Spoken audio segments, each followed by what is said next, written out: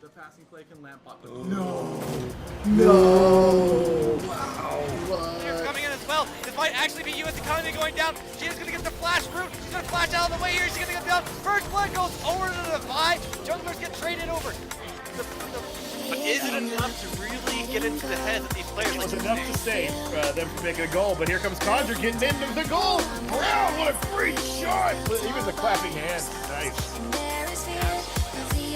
Stormy Inferno, like a pumpkin. 30 seconds left. Sean, Dr. Dag going to try to get this set up, but Coco is able to receive that in the air. But it's a shot!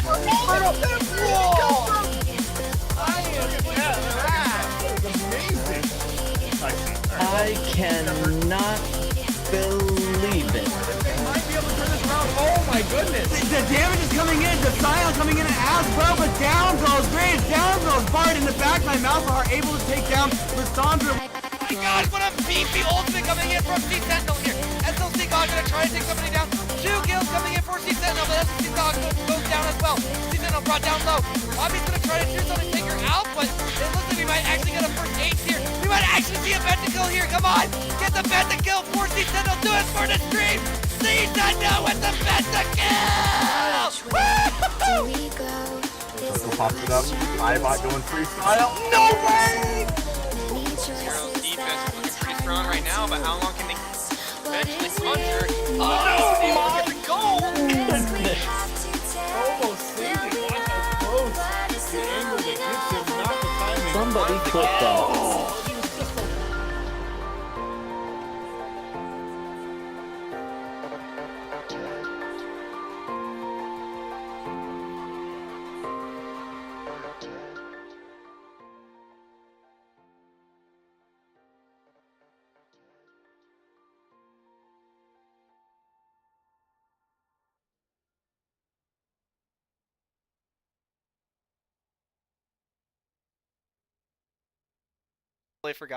I totally forgot I muted myself in like 3 different places because I didn't want to talk over that awesome video. Everybody, make sure that you thank Nora underscore 19. He is the man behind that particular highlight reel. Very awesome. We are very appreciative of the amount of work that he put in there. I mean, that was amazing. But that is going to be what we hope for the future of LOL Esports, or not LOL Esports, sorry, that's a completely wrong channel. The League Esports to eventually do. We want to have more highlight reels, so that means we're going to have more games, we're going to have more content, so that people can create these montages and we can have them featured before and during the broadcast and things like that. So again, thank you so much to Nora. That was an amazing video. I've watched it like 5 or 6 times and it was awesome. But we are here to start casting some League of Legends. And I am here. I have Log with me, and I also have JP2525 with me. Gentlemen, why don't you go ahead and introduce yourselves? Hello? There you are. Heyo, my name's Log. What's up, everybody? I've been playing League of Legends way too long, since like season 1, so I know just a smidge about the game. And live over in Utah, having a blast, living that college dream, hoping to, I guess, further my career and hopefully casting and anything esports related. So glad to be here with everybody and glad to commentate, do what I can, and hype everybody up because this is what we're all about. Thank you so much, Log and GP. Why don't you go ahead and say hello? Good evening, you guys. My name's JP. You can call me Jared if you want, from the guy from Subway, or the jewelry store if you prefer. I am currently living in Illinois. I reside in my college, and I am currently in a freshman year. I am happy to finally be a part of the TLE community. Everything I've seen here is absolutely amazing. You guys are in for such a great season. I'm excited to start casting. I'm excited to see all these league games. I'm excited to see everything that lies ahead of this amazing community.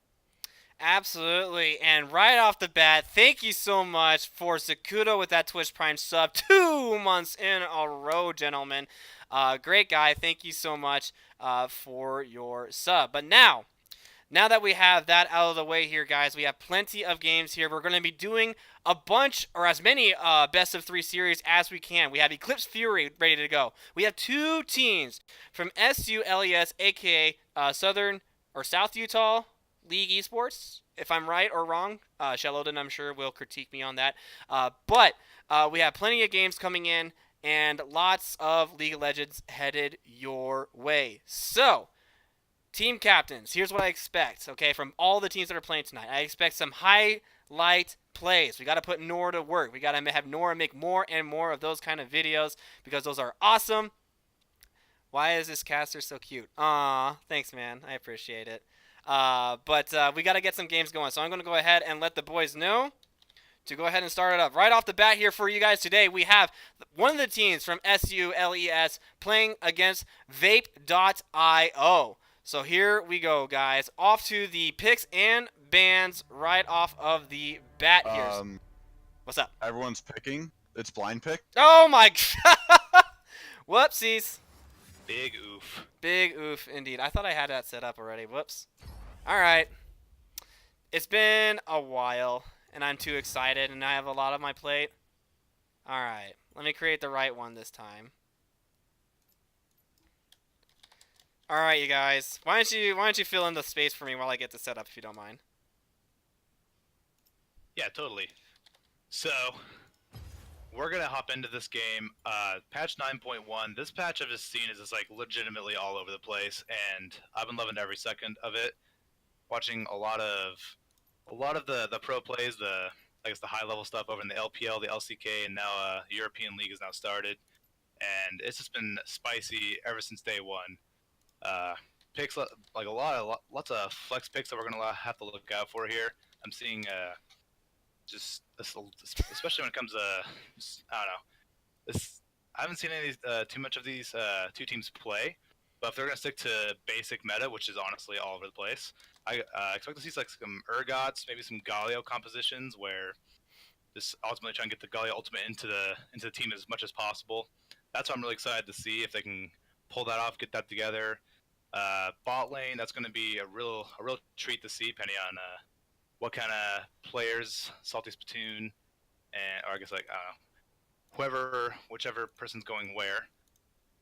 Now I realize that you guys are not going to be very familiar with the teams that are going to be starting here today, and that's totally fine.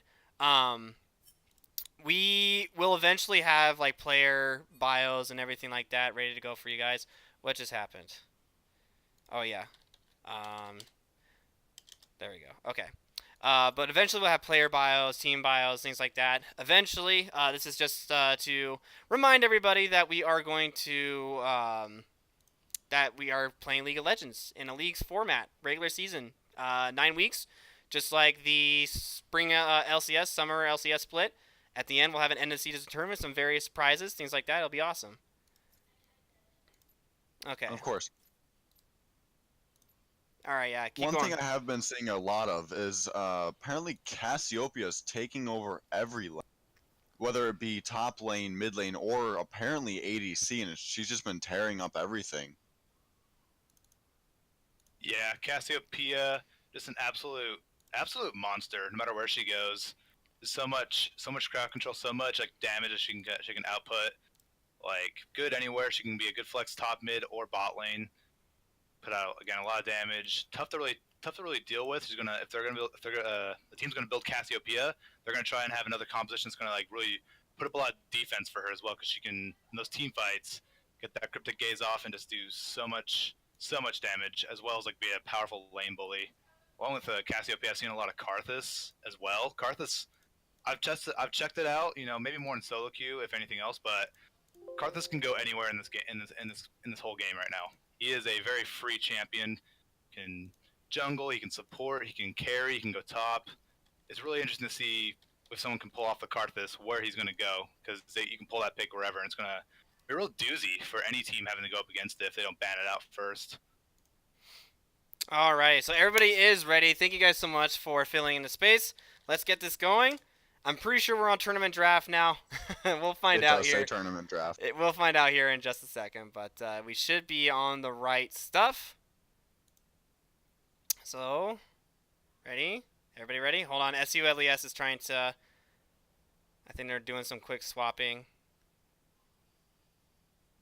Okay, now they're ready. All right, so here we go. We're going to go ahead and transition over. And right off the bat, what are some priority bans that you guys want to see from both of these teams? So I have to say, yeah. Oh, Log, I'll let you go ahead. Go ahead. Okay, sorry. For sure, gotta see the Urgot getting banned out. I want to like if they don't take care of that, he's also another really great flex pick that can go mid, he can go top. He's just a really reliable laner and can really carry any early game lead that the team tries to build up. They can take care of that real quick. And again, a good ban on Akali as well. Hyper carry can do a lot if given the correct amount of gold, the correct amount of attention. She can just do so much. So good to get her off the table. Don't want to make any risks there. A lot player, and again another flex pick. She can go top. She can go mid. Really a really valuable champion to take out of the picture. Especially with her W being able to dodge every turret shot.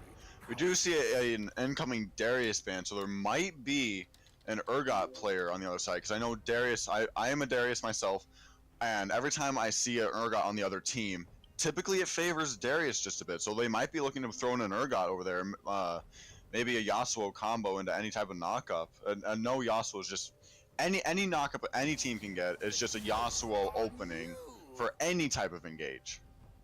Absolutely, I agree. So far, the Shaco ban is targeted, I'm pretty sure, against Vape.io. I keep wanting to say Vape Shark because that's where they were during our beta season. But Vape.io, go ahead and they ban Targ, and they ban Darius, and they ban Zach. I'm pretty sure that is a few target bans against the boys over at SULES. However, I do like the Akali ban. I still think, even no matter what Riot does to her, they just can't seem to put her in a spot where I think it's okay to not pick or ban her.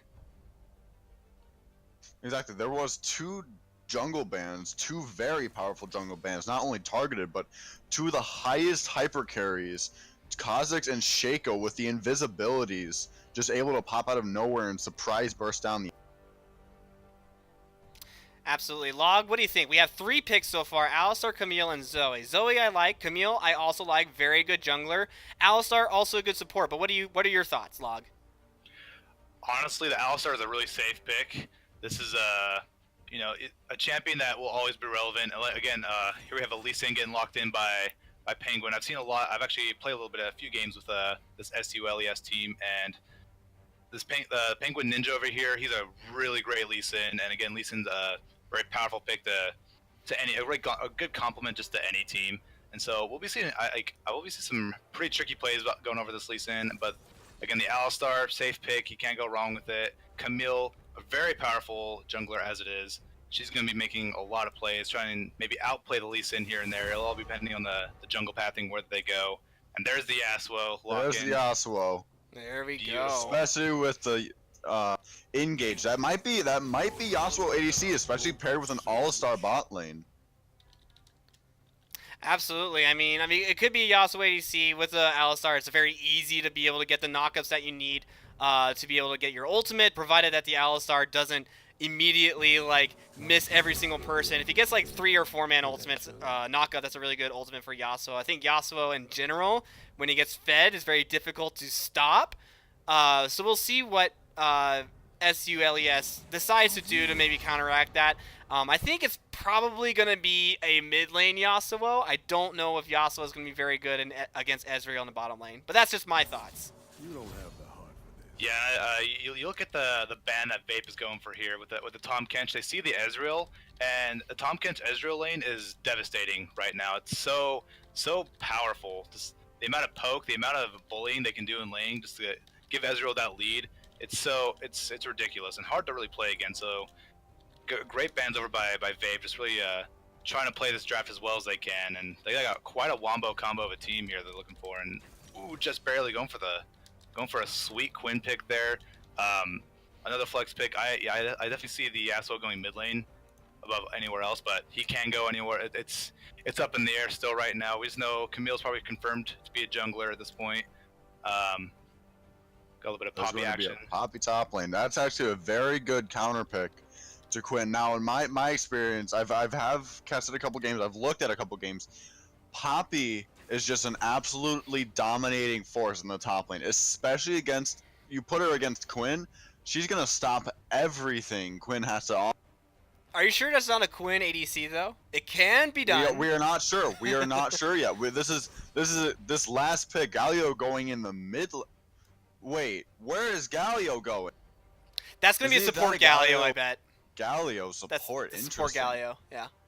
It could. So this I don't. last pick. It could be a Poppy support as well. Who knows? That is a Fizz. So Fizz gonna be going into mid lane against presumably either probably just against Galio or Zoe, one of the two. But it looks like as these guys decide on who's going to go where, it looks like we were all wrong. It will be Zoe. It will be Zoe support, Yasuo AD carry, Fizz in the mid lane against Galio, and Quinn up top. So I was completely wrong with where I thought everybody was going to go, with the exception of Camille and Alistar, but that's pretty much a given. So looking at these teams, who do you guys think is going to come out on top? JP, we'll start with you. Log, we'll have your thoughts up next. Oh boy, this is definitely a tough decision, especially with that Zoe going support. She's not going to be able to offer a lot of potential healing and shielding towards her ADC compared to Alistar that can heal and get people off of her. She does have a very, very good engage, especially with her sleep trouble bubble. If that does happen to land, that could cause a lot of issues, especially if Yasuo tries to get up and up their faces. She could just throw the bubble right onto him, and there's nothing he can do. They could instantly burst him down. So I think bottom lane's definitely going to have to be a who actually knows their mechanics and how to fight. This mid lane will definitely be interesting with Fizz against Galio. Galio does very well countering a lot of APs. The jungle will be interesting. And the top lane, I'm very interested to see if Poppy can actually pull out against a Quinn with her complete W counter to Quinn's dash and blind and everything. So we will definitely have to cheat. I am probably going to root for the, remind me again, it's the Southern Utah, I believe? Southern Utah League Esports, yes. Southern Utah. Okay, so I'm probably going to root for Southern Utah. All right, Log, what do you got? Ooh, okay. I have high hopes for this Southern Utah team right here. I love the Galio Lee Sin combo, the Galio Freight Train Express. They're going to be going for deep dives. They want to take care of this Quinn, quick and simple. They want to take care of Yasuo, but you got to look over at this red team. They have a lot of maneuverability here. Quinn, she could stick around in the back lane if she wanted to, but that's just not Quinn's playstyle. She's going to be bloodthirsty if anything. And then as far as targeting Fizz goes, if this Fizz has, Playful Trickster, this is like a really annoying move to deal with for anybody. So he has a lot of escapability. Yasuo Alistar, I'm going to have to get, if this Yasuo knows how to really pull off what he's doing with his mechanics, the Sleepy Bubble trouble shouldn't be too much of an issue, but he's got a lot of firing coming right at him with Ezreal and Zoe, just so much poke and so much damage. It's going to be up to this Yasuo Alistar combination to survive, if anything else. It's gonna be D-Day all over again. Just absolute mayhem, absolute hang in there. Hope that Camille gives some the attention over to him, because they're gonna definitely need it to get the Yasuo ahead, because that's ultimately their win condition right now, is get the Yasuo ahead, get him going, get his damage to a point where he can carry himself, and at that point kind of rely on Quinn to take care of the Poppy. Yeah, this is going to be if anything, a spicy matchup. I'm really excited. I just want to see a great team fight with Lee Sin and Galio just getting a perfect combo off. That's what I'm really excited to see. But again, they have a lot to work for when it comes to this Fizz, when it comes to this Camille, just jumping around all over the place, going for their back line. It'll be tough for the Southern Utah team to maneuver against it, but it's definitely possible. Absolutely. I do possibly want to jump in here real quick. The chat is actually mentioning Poppy counters every single dash on their team. Yes, she does. As long as she can time the W correctly, it'll be very difficult for them to dash in. The only exception to that is I don't believe her W will be able to stop Yasuo from ulting in if Alistar can get a really good multi-man knockup. But I agree with everything that you guys just said there. I think there's nothing else that really needs to be said. It's going to be very interesting to see how both of these teams kind of work out. I think, Log, you nailed it on the head. It's going to really depend if Vape.io can really pull ahead in the early game, because in team fights, SULES, I believe, has the better team for team fighting. But the damage is definitely stacked on Vape.io. So I'm really looking forward to kind of seeing on how impactful Power Bases is going to be on that Camille to get some of his lanes started, or if maybe they're going to put their trust in their solo laners to be able to do all the work.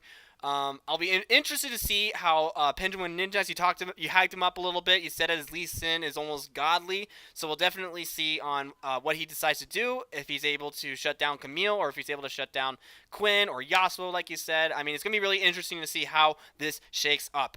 Zoe in a support role, guys. I haven't seen it. And I have not, especially when she's going Dark Harvest Zoe as well.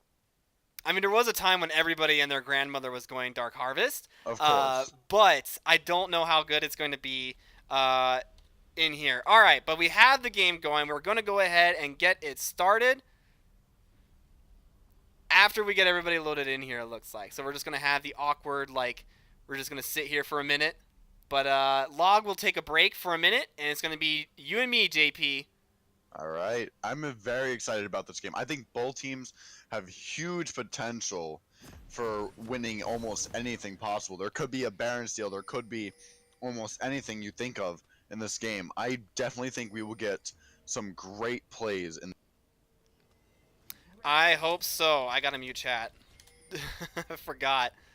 We got everybody talking in chat. I gotta remember to make sure that that also gets turned off so that nobody gets to see chat. But it looks like there's a lot of love between both of these two teams, so it's good to see that. But it looks like we might actually get a little bit of a cheeky invade coming in from SULES. They are going to walk right into Georgeshire here.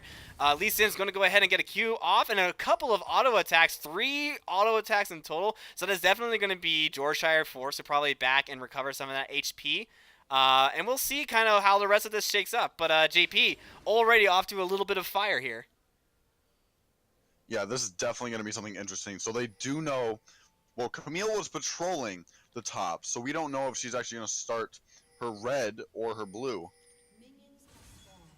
Absolutely. So it looks like they're lying in wait. I believe Vape.io should know that they're still in this bush. We do see a couple of pings in the river there. They should know that they're in this bush. If they don't know that they're in this bush, this is actually kind of sad. But it looks like Camille is instead going to go ahead and go over to their blue. And it looks like they're going to steal the red, and the ward is there, so they know that this is happening. It does. So that definitely gives away that the position that the ADC and Zoe of support bot lane is going to go in and hard shove the wave faster. But I was maybe thinking that Fizz, Camille, and Quinn would actually gang up on them right when they're taking that. So Lee Sin's actually a bit lower HP, but I definitely think Camille started with her Q. I was thinking if Camille started with her E, then she'd actually be able to go and stun, and there might be a problem there for Lee Sin. But Camille is taking Lee's red. The pings are going down, though, on SULES. They think they sniffed this out. They think they might know. But I don't know if the Zoe is going to be able to spot this. It looks like she's just waiting for Lee Sin to come in. And she does get the red, but at what cost? Can Power Base actually get out? Oh, the flash, but the first blood drops in. And that will be Lee Sin getting all of his buffs except for his blue buff. And also the first blood gold. That was definitely a close quarter play. I definitely think that Zoe did respond very well, and now we have given Zoe the chance to have a brand new Dark Harvest stack with how it works, and now she's going to become an even more threat with giving maybe just a little bit of a heads up and for bottom lane instead. We got a fight going on mid. We do have a little bit of a fight going on here in mid lane here, but it looks like Theomars is just getting poked down by the by the Galio Qs there. I mean, they do a lot of damage, especially early game, to someone like Fizz, so that kind of feels bad. But it looks like we have a little bit of a scuffle here as Power Bases is getting repeatedly shut down here by Penguin Ninja. He does get the smite off. He has to flash over, ignited again by the Galio this time. But it looks like he will be able to escape with his life, at least for now. But so much pressure being put on Power Bases here. He has... I don't know. I don't know, man. You break it down for me. Yeah, this is... She's definitely being shut down hard, and Camille is a very tough champion to play in jungle. She is one of the... She may be a top jungler tier, but you have to know how to play her, which camps to clear, what to do with her, because if you get shut down starting like this, it becomes very hard to scale into the game when they need you most. Absolutely. I mean, Theomars is doing what he can here on this Galio, but it's going to be very difficult to actually get on him. He does take a tower shot for his trouble here. Theomars does get it past it here, but look at how low he is when he gets hit by one of those Qs. Galio does have pretty low mana, but, I mean, look at over in top lane too. So far, 3 lanes actually are being pushed in by SULES. This does not look good for Vape.io. Poppy's just kind of sitting there. Oh. Yeah, I think Poppy disconnected. Poppy said she froze. Alrighty, so we do have a little bit of a disconnect, guys. We apologize for that, but they do happen every once in a while.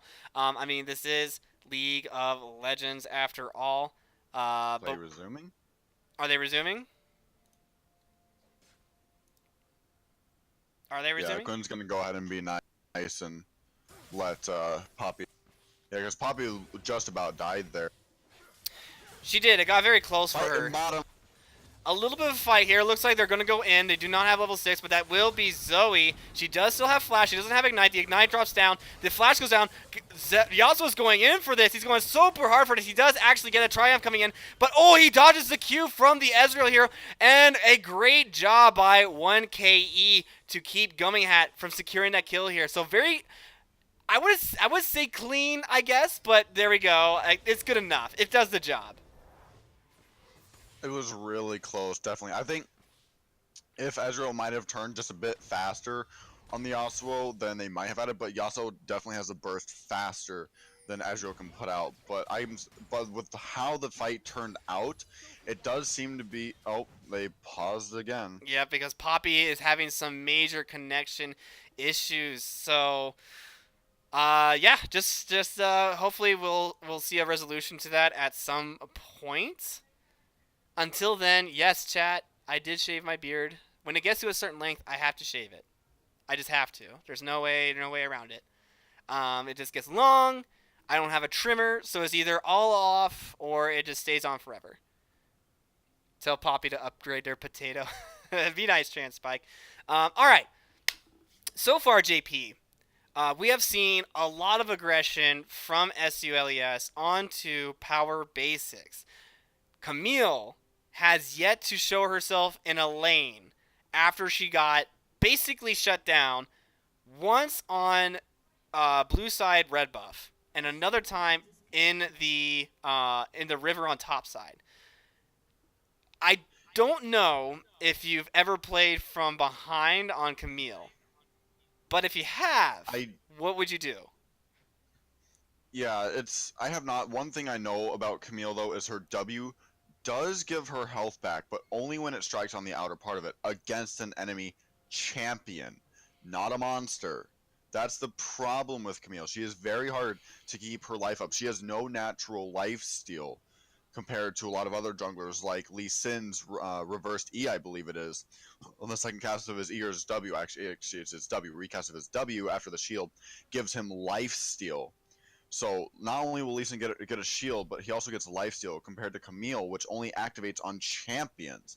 Camille is a very, very tough, but possibly very rewarding jungler to play. She has great engages. Her stun dash is very much elongated when it comes to dashing towards a champion compared to another monster. But her ultimate is much more, I'd say, useful than Lee Sin. I mean, Lee Sin can perform the ward hop flash ult backwards just to throw someone in the backline, but Camille does more damage, and does more damage in general with her ultimate against someone when it comes to 1v1ing. I think Camille can possibly beat Lee Sin in a 1v1 when it comes to the part of later game, but it's just the issue of Camille has fallen behind with the issue of being punished early game, double ignited and killed off in the first. She's going to have to definitely hard farm, I'd have to say, in order to even make it relatively close, unless SULES actually pushes up just a bit too far and makes a mistake, and Camille is able to capitalize off of it. It's just something we'll have to watch for, especially with like Ezreal. You saw Ezreal and Zoe; they were pushed very far up in that lane, and that's what cost them Zoe's life.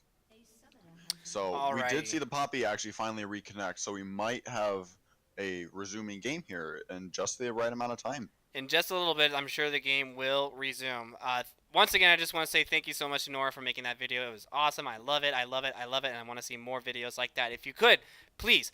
But he has to go and he has to do some homework. It's totally okay. But while it looks like we're still in a pause, at least for now, until Poppy until they unpause it. Log, you're still in the Discord. Do you have any thoughts about the game so far? We'll see if Log can chime in a little bit. The game is resuming. Oh, okay. No, you're fine. You're fine. Go for it. If you got any thoughts, let me know. Oh, I was gonna say, I guess earlier, I did see in the European League that Zoe was actually played in the bot lane. She was played as the carry though, not as support. So that's gonna be really interesting to see how she's gonna carry on for the rest of this game. Kind of see how she builds up this lead for Ezreal. But yeah, Poppy's in a rough spot here already as it is. Getting pushed in, taking a lot of harass. I don't know. I think SULES is in a really good position here to build up the lead that they have right now and just to carry on. And I don't know. I guess own the early game for right now. Maybe take care of the mid lane. We'll see how it plays out though.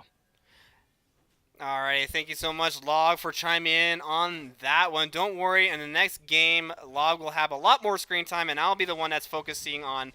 I'll be taking a break, and I'll be focusing on the production side of things. So, so far, everybody's absolutely right. Poppy's in a rough spot. Those disconnects are going to hurt her pretty bad. She is already a level down against Yorkshire. Actually, no, never mind. She got to level up. So never mind. I don't know what I am talking about, JP. I know nothing. It's okay. So I'll chime in real here. So Poppy is probably looking to actually grant her her Ninja Tabi as soon as possible, not only to give him movement speed against Quinn, but also the protection from basic attacks, because Quinn's passive can actually really hurt with her electric Q. Absolutely. So it looks like so far, Penguin Ninja is just going to go ahead and clear out his crowds. It looks like he's thinking about ganking this bottom lane here, but in my opinion, it's going to be kind of difficult to gank it. In the meantime, they do know exactly where Camille is. Somebody had just pinged that she had just started her blue here. But I'd be really interested to see where Penguin Ninja decides to go next. Looks like he's thinking about mid. Definitely be something. We can look at the gold differences here real quick, and Camille is almost 1,000 gold behind already, just because not only that Lee Sin got the first blood on her, but he's just farming more because of it. So Camille is buying that her jungle item. Lee Sin already has his completed one, and Caulfield's Warhammer. Keep in mind that. So that is definitely a huge advantage, especially if it comes to fighting against the Camille. Camille might want to avoid fighting if she can for now, until she gets a little bit more of her core items and is able to finally take over. So Lee Sin's probably looking actually to take the dragon here. So no, he's just clearing out. He's clearing. I saw assist mark. My fog keeps changing. It's okay. The assist mark, I believe, came in bottom lane. It looks like, I mean, they're going to get, okay, so the bottom lane of SULES is going to get shoved in pretty often, I think. Ezreal and Zoe, there is no clear there, in my opinion, okay? By the way, thank you, Crimson, for tuning in. Much appreciated, my dude. There's no clear there, so it's going to be very difficult for them to be able to push out outside of getting some outside help from Lee Sin. Quick fight going in the bottom lane. Yasuo did use his ultimate. Alright, so Yasuo uses ultimate. He is brought down low. Looks like 1KE is going to push that in just a little bit here, but nothing really happens there outside of what I'm assuming is just some harassment. But it looks like everybody else is like just laning for right now. Shade is going to have to work really hard to not give Yorkshire the kills that he is looking for, I'm sure. But it looks like we do have a little bit of a roam bottom lane as well, as Electric Sheep has now shown himself, and he might actually get the surround here. I don't think Vape.io knows that this is happening here. They're going to get the flash taunt onto Salty Spittoon, and Salty Spittoon is going to go down, and that will be the flash from 1KE. Drop down super low, but I believe that will be him getting out just fine. With Theomar is going in super aggressive here. Doesn't have his Trickster, and that will be him dying there as well. But over in top lane, we have Shade getting killed by Power Basics and Yorkshire. So Power Basics finally showing a little bit of life, but the dragon is going to be taken by SULES. Sorry, I changed my push to talk button. That's what's causing my issues here. Ah. So turns out because of the high damage output that Vape.io actually puts out, having that Infernal Dragon gone, especially because the first Infernal Dragon gives 10% increased AD and AP instead of 8% now, actually will help SULES very much against the fight. So it is sad to see that Poppy did manage to die against Quinn. I do feel bad for the disconnects, but they do seem to be going after the Camille in jungle. Ooh, she almost got that on Power Basics, and it looks like Electric Sheep using the ultimate of Galio to his fullest potential here. That is one of the reasons why I love it when Galio's on my team and hate it when he's on the other team. That ultimate basically allows him to be able to go anywhere on the map if he so chooses. It's like Shen, except if Shen had a knock-up at the end of it instead of just showing up and hoping that he hits multiple people with his taunt.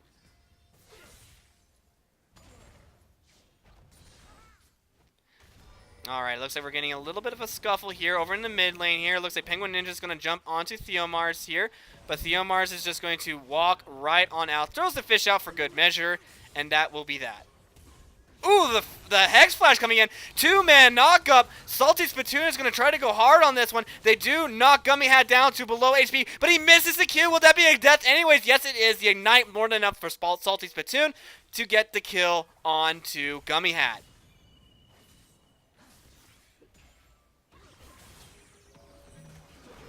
And it looks like they're not quite done yet over in the bottom lane. Ooh, the flash! He tried to get out of there, but Penguin Ninja going to go ahead and get that double kill, capitalizing on the commit from the bottom lane of Vape.io, and that will be them flashing those mastery emotes, letting them know who the real masters are in this game.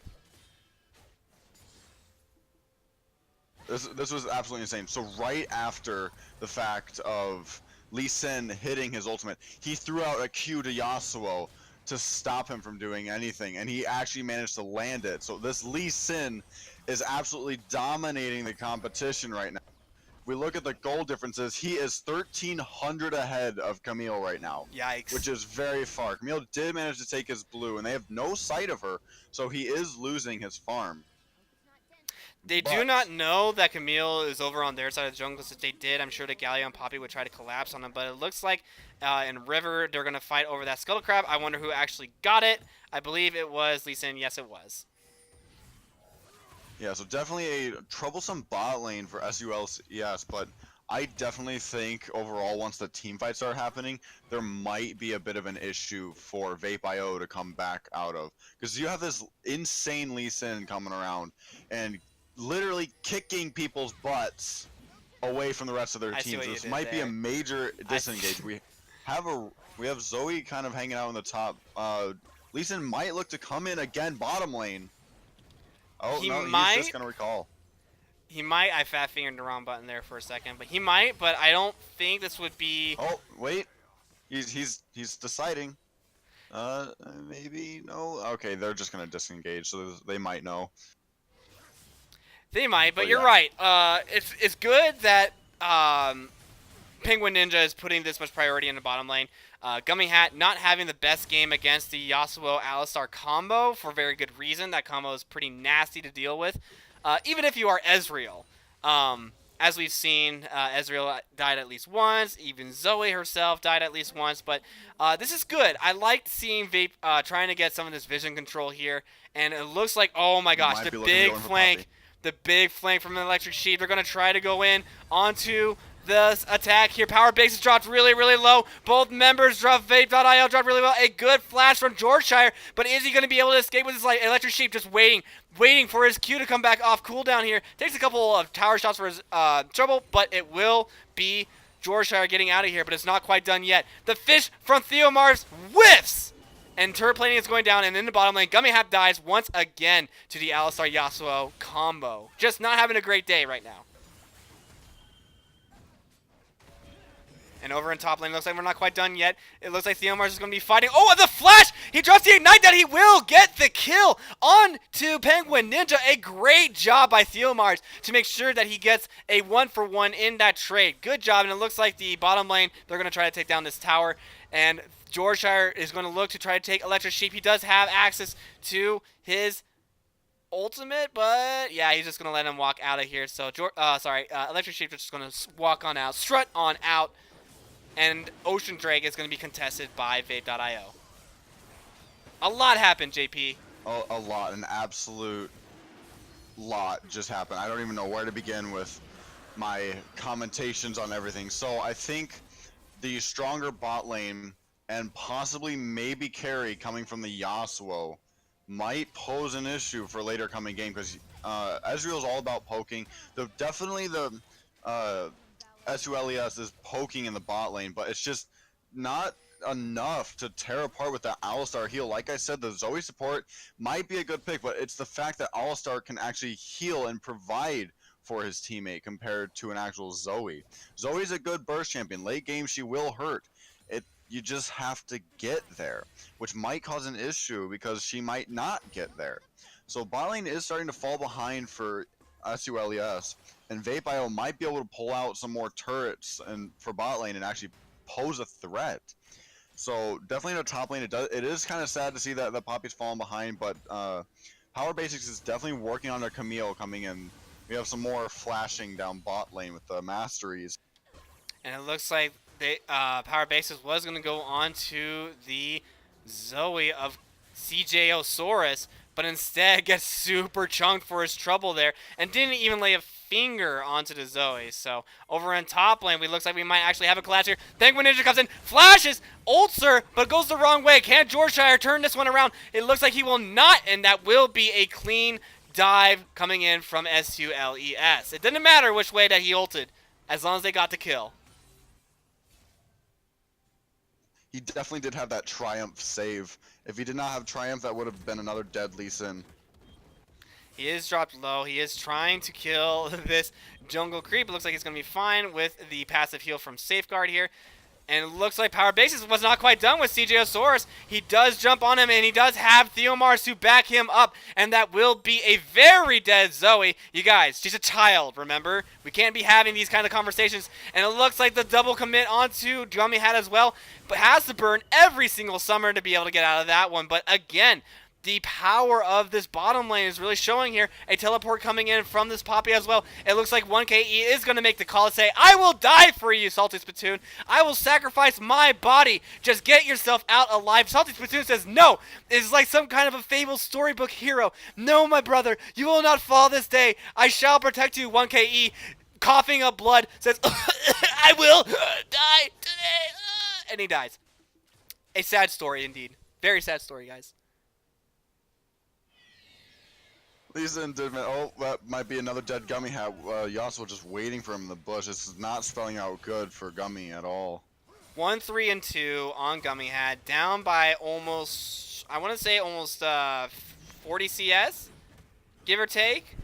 It's getting pretty 40 close. 40 CS, 1,200 gold. They're going to look to take first turret bottom. Poppy's going to try to engage on him. Oh, no.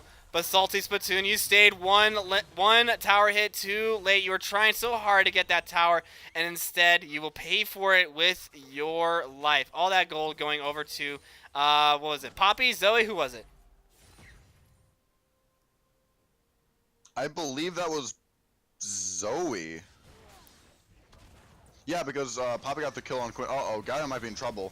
Galio is indeed in trouble. Yes, 3 members of Vape.io, 4 members of Vape.io jumping in. 1KE didn't even get the assist on that one, but Vape.io really prioritizing getting this mid lane tournament. They really want to get the first turret gold here, and it looks like, at least in the macro game, Vape.io are doing pretty good against SULES. Yeah, they are actually about 3K goal ahead. They might get all missed with a Lee Sin. We're getting an extended team fight coming in here, JP, as it looks like neither member wants to back down here. The long Q teleportation coming in from Penguin Ninja going in on IKE. IKE does have to pop his ultimate. He is going to once again sacrifice himself for the team. 1KE, you are my hero, my man. There will be a memorial built in your name. I swear to you, my brother. Crimson says SULES is going to have beef tonight. Absolutely, they are going to have 100% grade A Angus beef for dinner, served up to them in a glorious barbecue at the unfortunate ness, I guess, of 1KE. I don't know Here where I was comes the going with Rift that. Herald from mid lane for Lee Sin. They are going to look to push this mid lane as hard as possible with missing out on IKE. They're going to be able to do it because Salty Spittoon is nowhere to be found here. They get the mid tier 2 for their They're gonna trouble. converge on him. They might. They are pinging him. They know he is here. Salty Spittoon, you have no friends Oh, here. no. You have no 1KE here. You have fallen asleep. This is not the dream world. Freddy Krueger says hello, and it's also known as Penguin Ninja. Yeah, so currently the League Esports has clipped your and then he died. So that is now that will probably be the 2019 first memorable moment, and then he died. And then he died. It's going to be a thing. It's going to be a thing. When you cast, JP, you're going to have your own thing too. When you cast for as long as I have. When you I have to find something. You will. You'll get your moments. Whether it be color casting, whether it be shout casting, who knows. Shout casting is definitely the flashier role of the two, but you know more about the game than I do at the moment. And I am more than happy to surrender that to you. Coming from an Iron. We have an engage here in mid. A huge commit here onto Electric Sheep. He is not going to be able to get out of the ultimate power basis. A good ult from Theomars. This might actually be a kill here. Ooh, the flash prediction coming in from the playful Trickster as well. And the Q coming in from Penguin Ninja will take down Theomars for his trouble, as he did not have flash power basis down really low as well. And it looks like Shade is going to be able to kill him. No, he is going to pull himself out of trouble. 1KE is still in trouble, though. He is going to be put to sleep again, and that would be CJ Osaurus trying to kill him, but it looks like 1KE is going to survive. This time, there will not be a memorial that says he died 3 times for the rest of his team. And it looks like they will have to give up this inhibitor turret. SULES taking multiple things off of the map. They're going to take your tower. They're going to take your mid laner. They're going to take your AD carry and almost take your jungler. And they will also take your inhibitor. SULES coming out on top. Yeah, definitely exactly what we wanted to see from SULES. They're capitalizing on the fact that Yasuo has been completely caught out, just in the middle of the open, surrounded by SULES, and there's really nothing you can do. After that, I told you, the Sleepy Trouble Bubble will pose a threat for Yasuo, because all it takes is one Trouble Bubble, and that's good night for Yasuo. I mean, he is Nightbringer Yasuo, but it's not his bedtime yet. But we will find out in a little bit. There is a bit more pressure mid lane now. So we will have a thing from SULES. They might look to push top lane just a little bit. They do seem to be grouping there. They might look to push out top turret and possibly take a Baron before Vapeshire knows what's happening. They're going to try. Georgeshire is going to try to get the Scuttle Crab. I don't think he's going to be able to get it, though, as there are 2 members of SULES to make sure that he does not get this. That would have been so bad for Quinn if she would have mistimed that. They're trying to posture for this. It looks like the fight is going to go in. They're going to jump onto Gummy Hat. Gummy Hat does not have the health to be able to deal with his power basis. Going super hard for this. Misses one of his abilities, but gets the other one. And that will be 2 members of SULES going down. Penguin Ninja eats a fish for his trouble. That will be the Irv coming in from the bottom. And that will be multiple members of Vape.io coming out on top. Holy Toledo, guys. And that might actually be Baron. That will be Baron. Easy Baron, as it looks like Shade XZ, difficult name, guys, okay, I don't know if you understand, is going to be getting that bottom lane tower, but this is completely not worth. Vape.io doing extremely well at keeping themselves in this game, no matter what might happen prior to that take.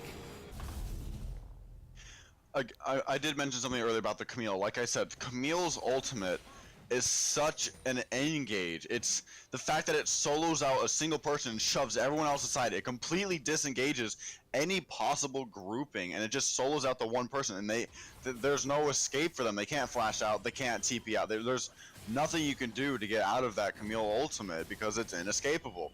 So that poses a threat for anyone that is actually caught out alone or is a high priority target, such as Lee Sin, or possibly the Gummy Hat, which they really do want to focus him down. They know he's capable. It's just they don't want him to be capable. So they're trying to shut him down, just like what they did with the Camille. And now Camille has finally come back. She has gotten her items. She is really starting to pose much more of a threat with their attack. They do seem to be shoving mid lane, but this is definitely starting to point towards favor of Vape.io. Vape.io have fought tooth and nail to keep themselves in this game. Gummy Hat, if you look at his items, Gummy Hat is struggling to get items right now.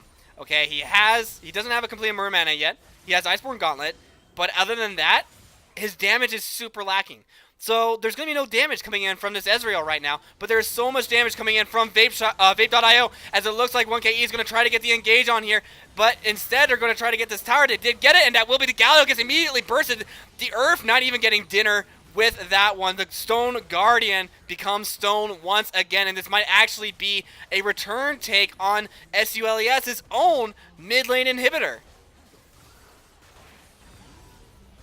Looks like Yasuo is going to go to sleep. Oh my gosh, but all that burst coming in for CJO Source. But how much burst is going to get returned onto him instead? It looks like he will go down here, and it will be 1KE that also goes down for his trouble as well. And now Vape.io, they have to run. Theomars looks like he's going to instead sacrifice himself for the betterment of the team. Salty Splatoon once again escaping with his life, and they're going to try to take this Ocean Dragon. But so far, it seems to be a lot more coming in their way as well, as it looks like they're going to jump onto Salty. Sorry, not Salty. Penguin Ninja. I am messing up teammates left and right and center. I am so sorry, guys, but it looks like the team fight was not quite done yet, as Vape.io throw away their lead, possibly just a little bit, and SULES says, we are not done here yet, you guys. We still have plenty more to say in this game. I definitely said we were going to see a good game. I told you, there's just going to be turnarounds upon turnarounds. Ezreal is now worth gold. He just got 3 kills from his 1-4. He is now 4-4. He got his Muramana, so that's going to start showing up here. He got some gold. To be fair, he is now only 600 gold behind. We have Ike trying to stop them. But it's just Ike all by himself. He was waiting for Theomars to show up here. Theomars is going to get the ultimate onto Shade. But there you go. The W coming in from Shade says no to a playful trickster. I will not fall for your clever jumps and your acrobatics. You will sit back down, you weird-looking fish person.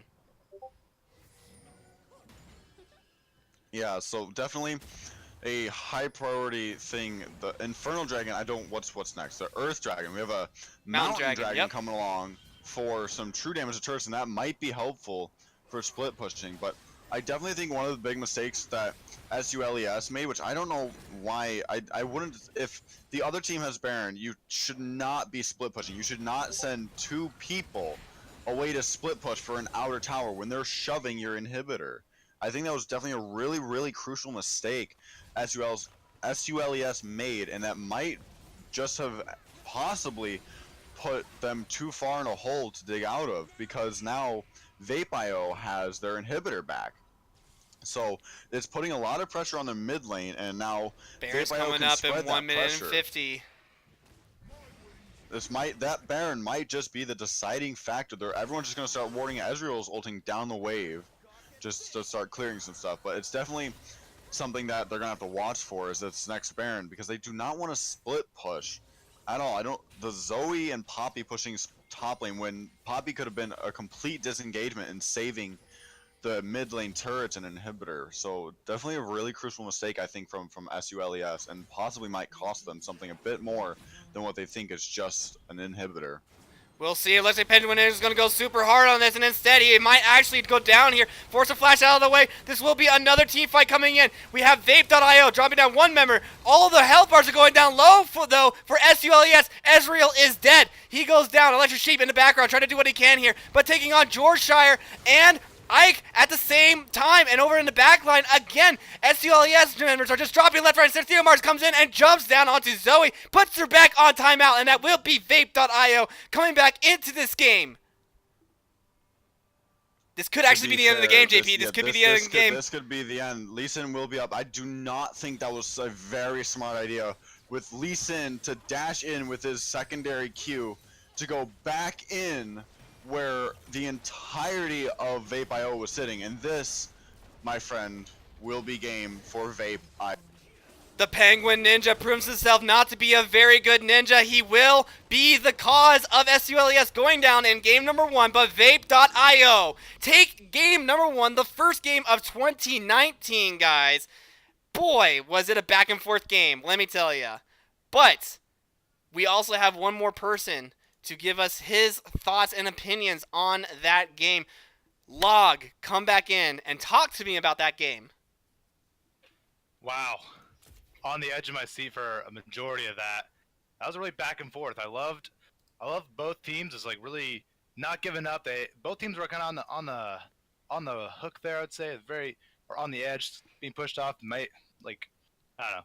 They're pretty good. It was good team fights overall. Good plays on each side.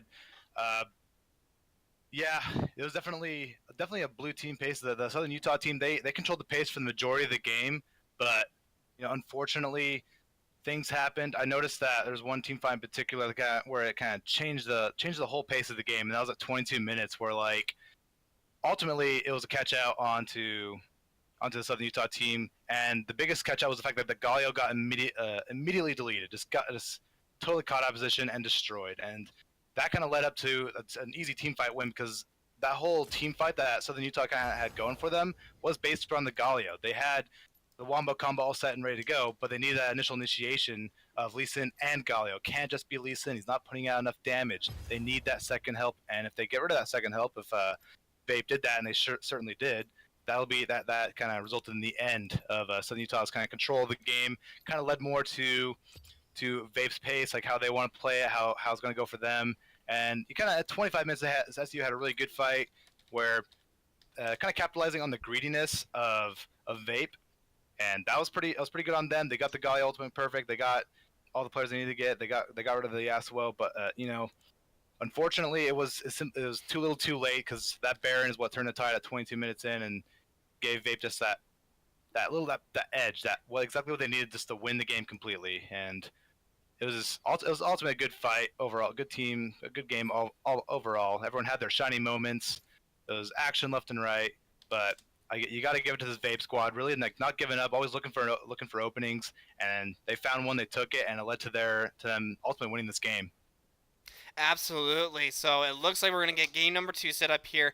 And SULES is going to put in their second team. They have 2 teams in this league, you guys, okay?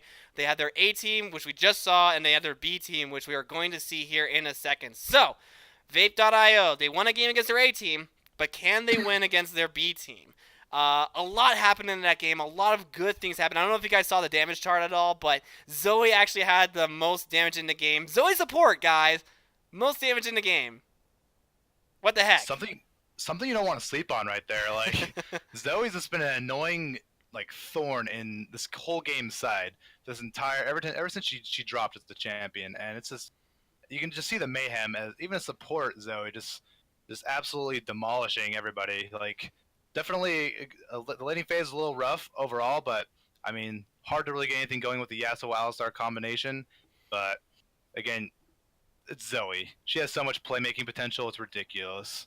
Absolutely. So Log, you've been watching that game pretty much in its entirety. What would you have done differently if you were in SULES's shoes? Do you think that Penguin Ninja was wrong to take that particular cue? Was the idea sound, just the timing wrong? I think honestly, in the moment, like there's a lot of things going through your mind when you're in that moment, like looking for, you're kind of behind, and it's late enough in the game to where any fight could really decide the game, and especially at this high level of like gameplay, everyone kind of knows what they're doing. That absolutely can happen, and it did. But I think ultimately it was a little bit of a risky call, and he definitely slipped up a little bit there going on that queue, not waiting for the Galio ultimate, because Galio didn't get a chance to even ult that last fight. It wasn't even up. They didn't wait for that initiation, and like I said before, that's where their damage is at. That's where like the majority of what's going to happen. It's going to give the Galio combination with the Lee Sin going straight into the middle of their team, which they had perfect opening to, had they been a little more patient.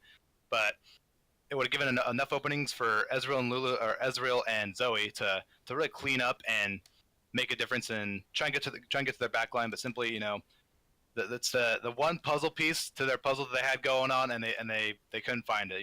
The dog ate it, and they couldn't get the dog to cough it up in time for them to win the fight. And it's tough to see. You really hate to see it, but that's just kind of how the cookie crumbles. At this high level of play, you got to make those correct decisions, and unfortunately, our man Penguin was unable to do so. But up until that point, he did make a huge difference for the entire Southern Utah team and really kept them into the game.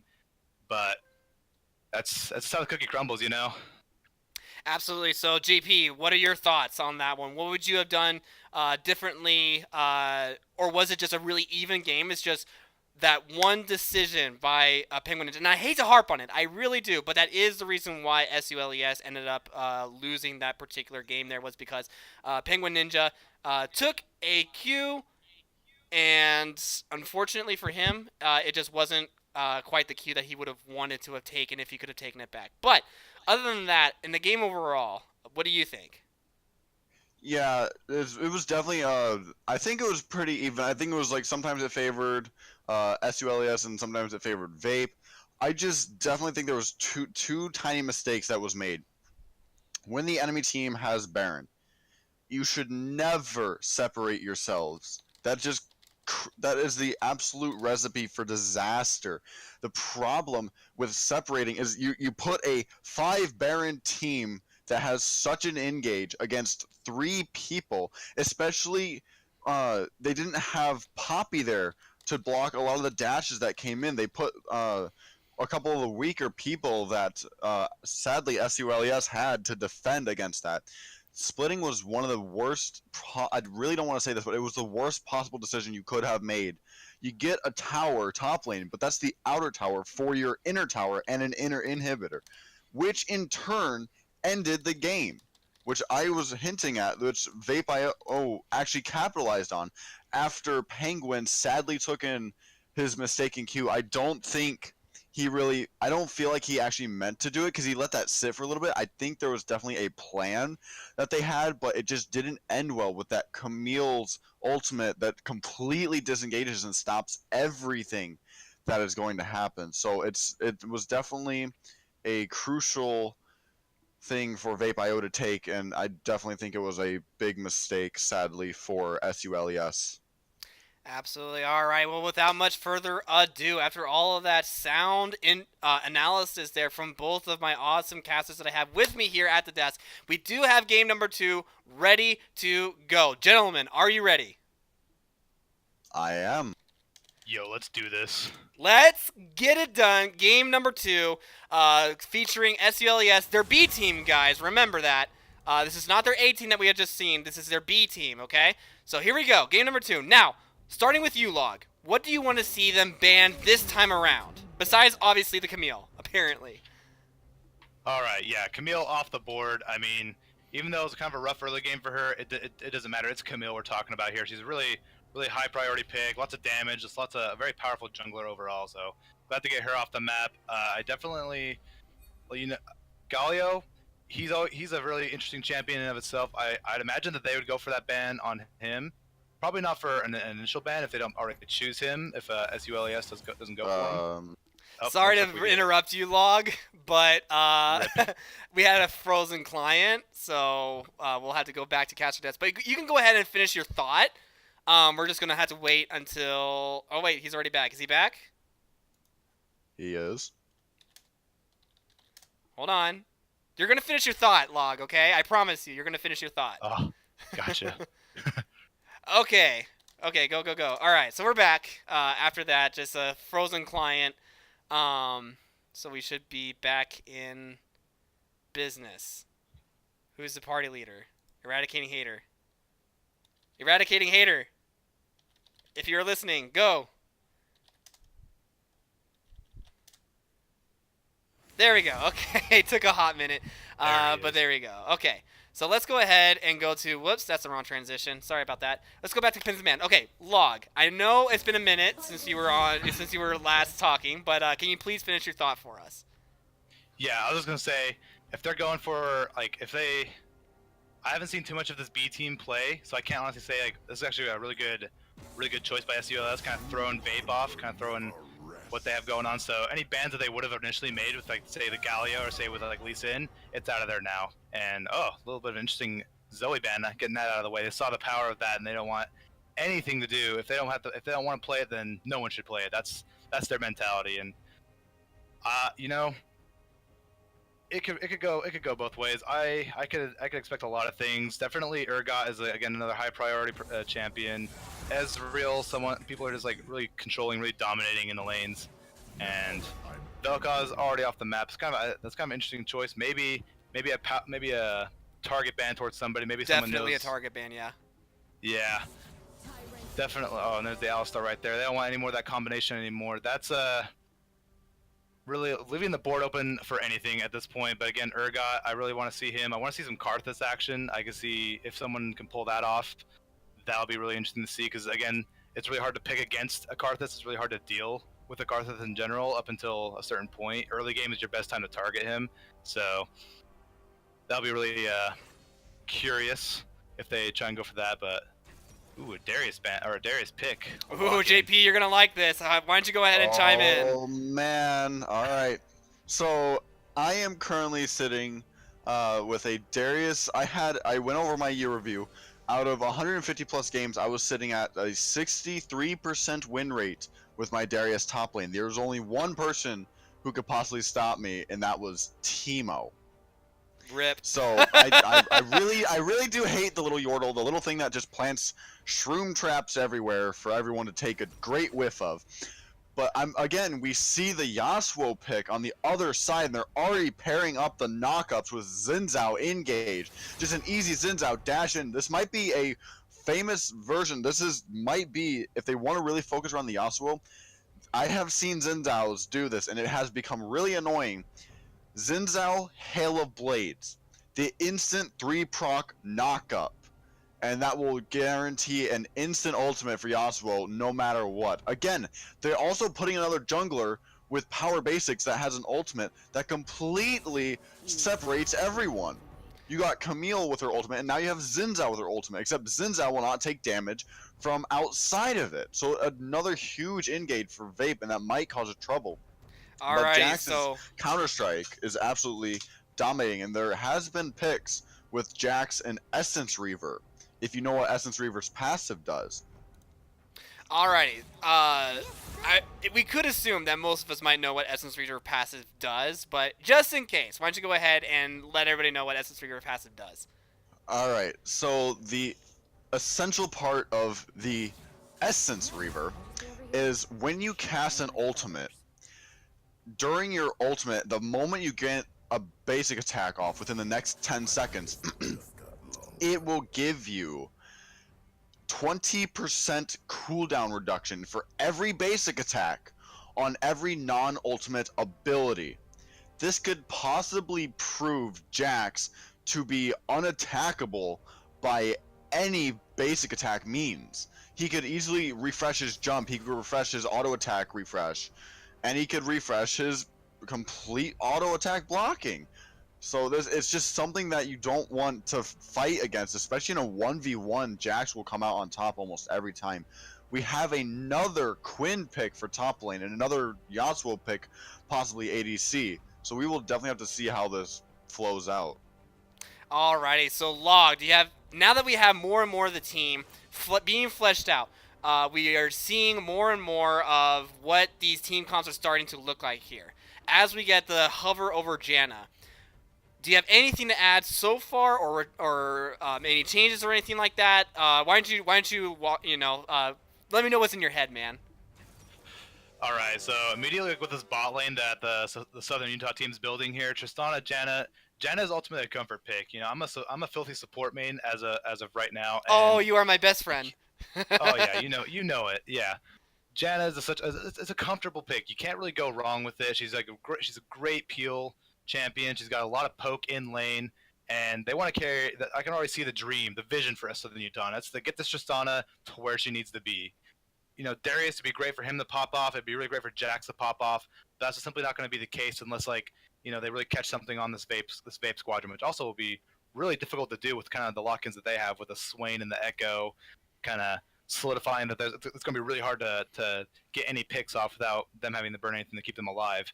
But Tristana is going to be amazing if they can get her to the right position, and Janna is a perfect champion to kind of carry at that point. I would have probably gone with a Tom Kench a little more than the Janna, but this must be Janna's a lot safer of a pick, a lot more of a comfort lane. So we'll see just how that plays out. Really excited to see the Lysandra get played. Really excited to see where or how she's going to utilize like her ultimate, use that Frozen Tomb, try and catch out Swain, try and catch out Quinn, get an easy capture. This bot lane on the Vape squad looks like it's going to be Swain Yasuo. That'll be a really interesting squadron, kind of almost similar to to the Southern Utah team, where it's kind of like you have the Zoe who puts out a lot of damage, but they put her in the support position. So ultimately, it's going to be a really interesting bot lane. More or less, Southern Utah's kind of like kiting away, running away. Don't see too much aggression coming from them, or if they do, then they got a lot of bravery, a lot of boldness, and a lot of confidence in their plays. But this would be a really interesting game. I think a little more slower pace than our last game that we saw. We shouldn't get too excited, or at least that's how Southern Utah wanted to go. This Vape squad, it's going to be a lot more spicy. They have the Zinjao locked in. They're going to want to make early plays, maybe even invade the Jax in the jungle. Because if Zinjao can get that early level 2 jump onto the Jax, that'll be super crucial and really put Jax way far behind. And a Jax that's behind is not a fun experience to even have on your team, or just to be playing in general if you've ever experienced that. It's just dead way up until he can get like some shutdown gold, up until he can get anything going for him. So we'll see just how well this Zinjao kind of plays out power basics. He definitely he made a lot of great plays in the late game, last game. So which is surprising because he had a very rough early game. Yeah, extremely rough with the whole Lee Sin and Camille. Definitely, Lee Sin's going to win out that early, but now I got a fresh draft here. Definitely more in Zinjao's favor for the early game. So we'll see just how well Power Basics can like utilize that early game advantage that he does have. Quinn's going to stay the same though. Very confident on this Quinn player right here, George Shire. Going to try and get anything he can on the Darius. Try and keep the Darius at bay. Won't do if the Darius can play safe and just hang in there until their jungler comes, until any sort of gank comes. We do see a teleport on that Lissandra, so she'll be looking to make plays elsewhere. She'll be looking to just make something happen on some point in the lane. Maybe go to the bot lane, try and catch out Swain or catch out Yasuo. Probably Yasuo if anything, because that's another hyper carry you got to watch out for. Who, if you give him if you give him an inch, she's going to take a mile. Absolutely. Alrighty, guys. So we have 20 seconds left before we load onto the Rift. Really quickly, okay? What are your predictions for who's going to win game number 2? JP, start off with you. I think Vape actually has it this time. I do hate to say that the bottom lane will go to SULES this time, especially because they went with a Swain route for support. That is not really I mean, he is a support, don't get me wrong, he can help. It's just he's not like a knock-up support and or a healing support this time. So Yasuo might not have enough of escape and peel this time with the All-Star, but I definitely think that Quinn will push every advantage she has against Darius, knowing that Quinn is almost another complete counter to Darius for myself. So Vape, this is your time to shine.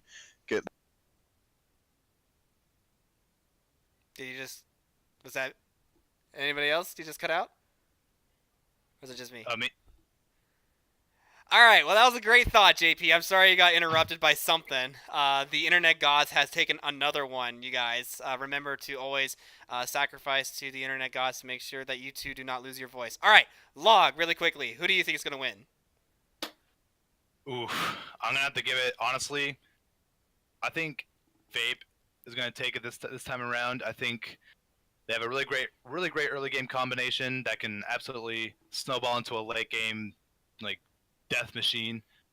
It's gonna be really tough to try for SULES to really get anything going as far as like any picks, any like for sure ganks, anything for certain. They're gonna have to really like, if for them to get an opening, they're gonna really have to play out of their minds. They're gonna have to really be sharp with their mechanics to really pull off anything on this really tough squadron right here. You know, Echo, tough to deal with in lane.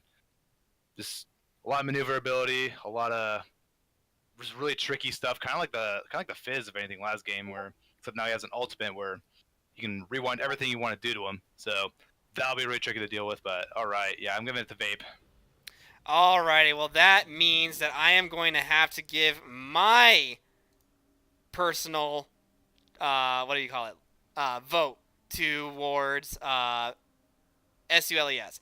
I do like their team comp though, okay? And it's not because like I have to be the guy that votes for the underdog, right? It's because I do actually like their team comp. They have Lissandra. If Lissandra is able to go ahead and have a pretty like okay lane, she's going to be really good in team fights. Again, you have Darius as well. He's going to be outputting some damage as well. You have Jax, you have Tristana, you have Janna. Janna is something that I don't know if we talked about very much, or maybe we have touched on it a little bit, and I apologize if we have. I switched it. Why didn't it switch? Hold on, guys. I'm on it. Don't worry, I'm on it. It switched, or it should have switched, but instead it didn't. So it's a good thing that I was kind of looking at there. But anyways, to finish my thought, Janna is like the disengaged queen, okay?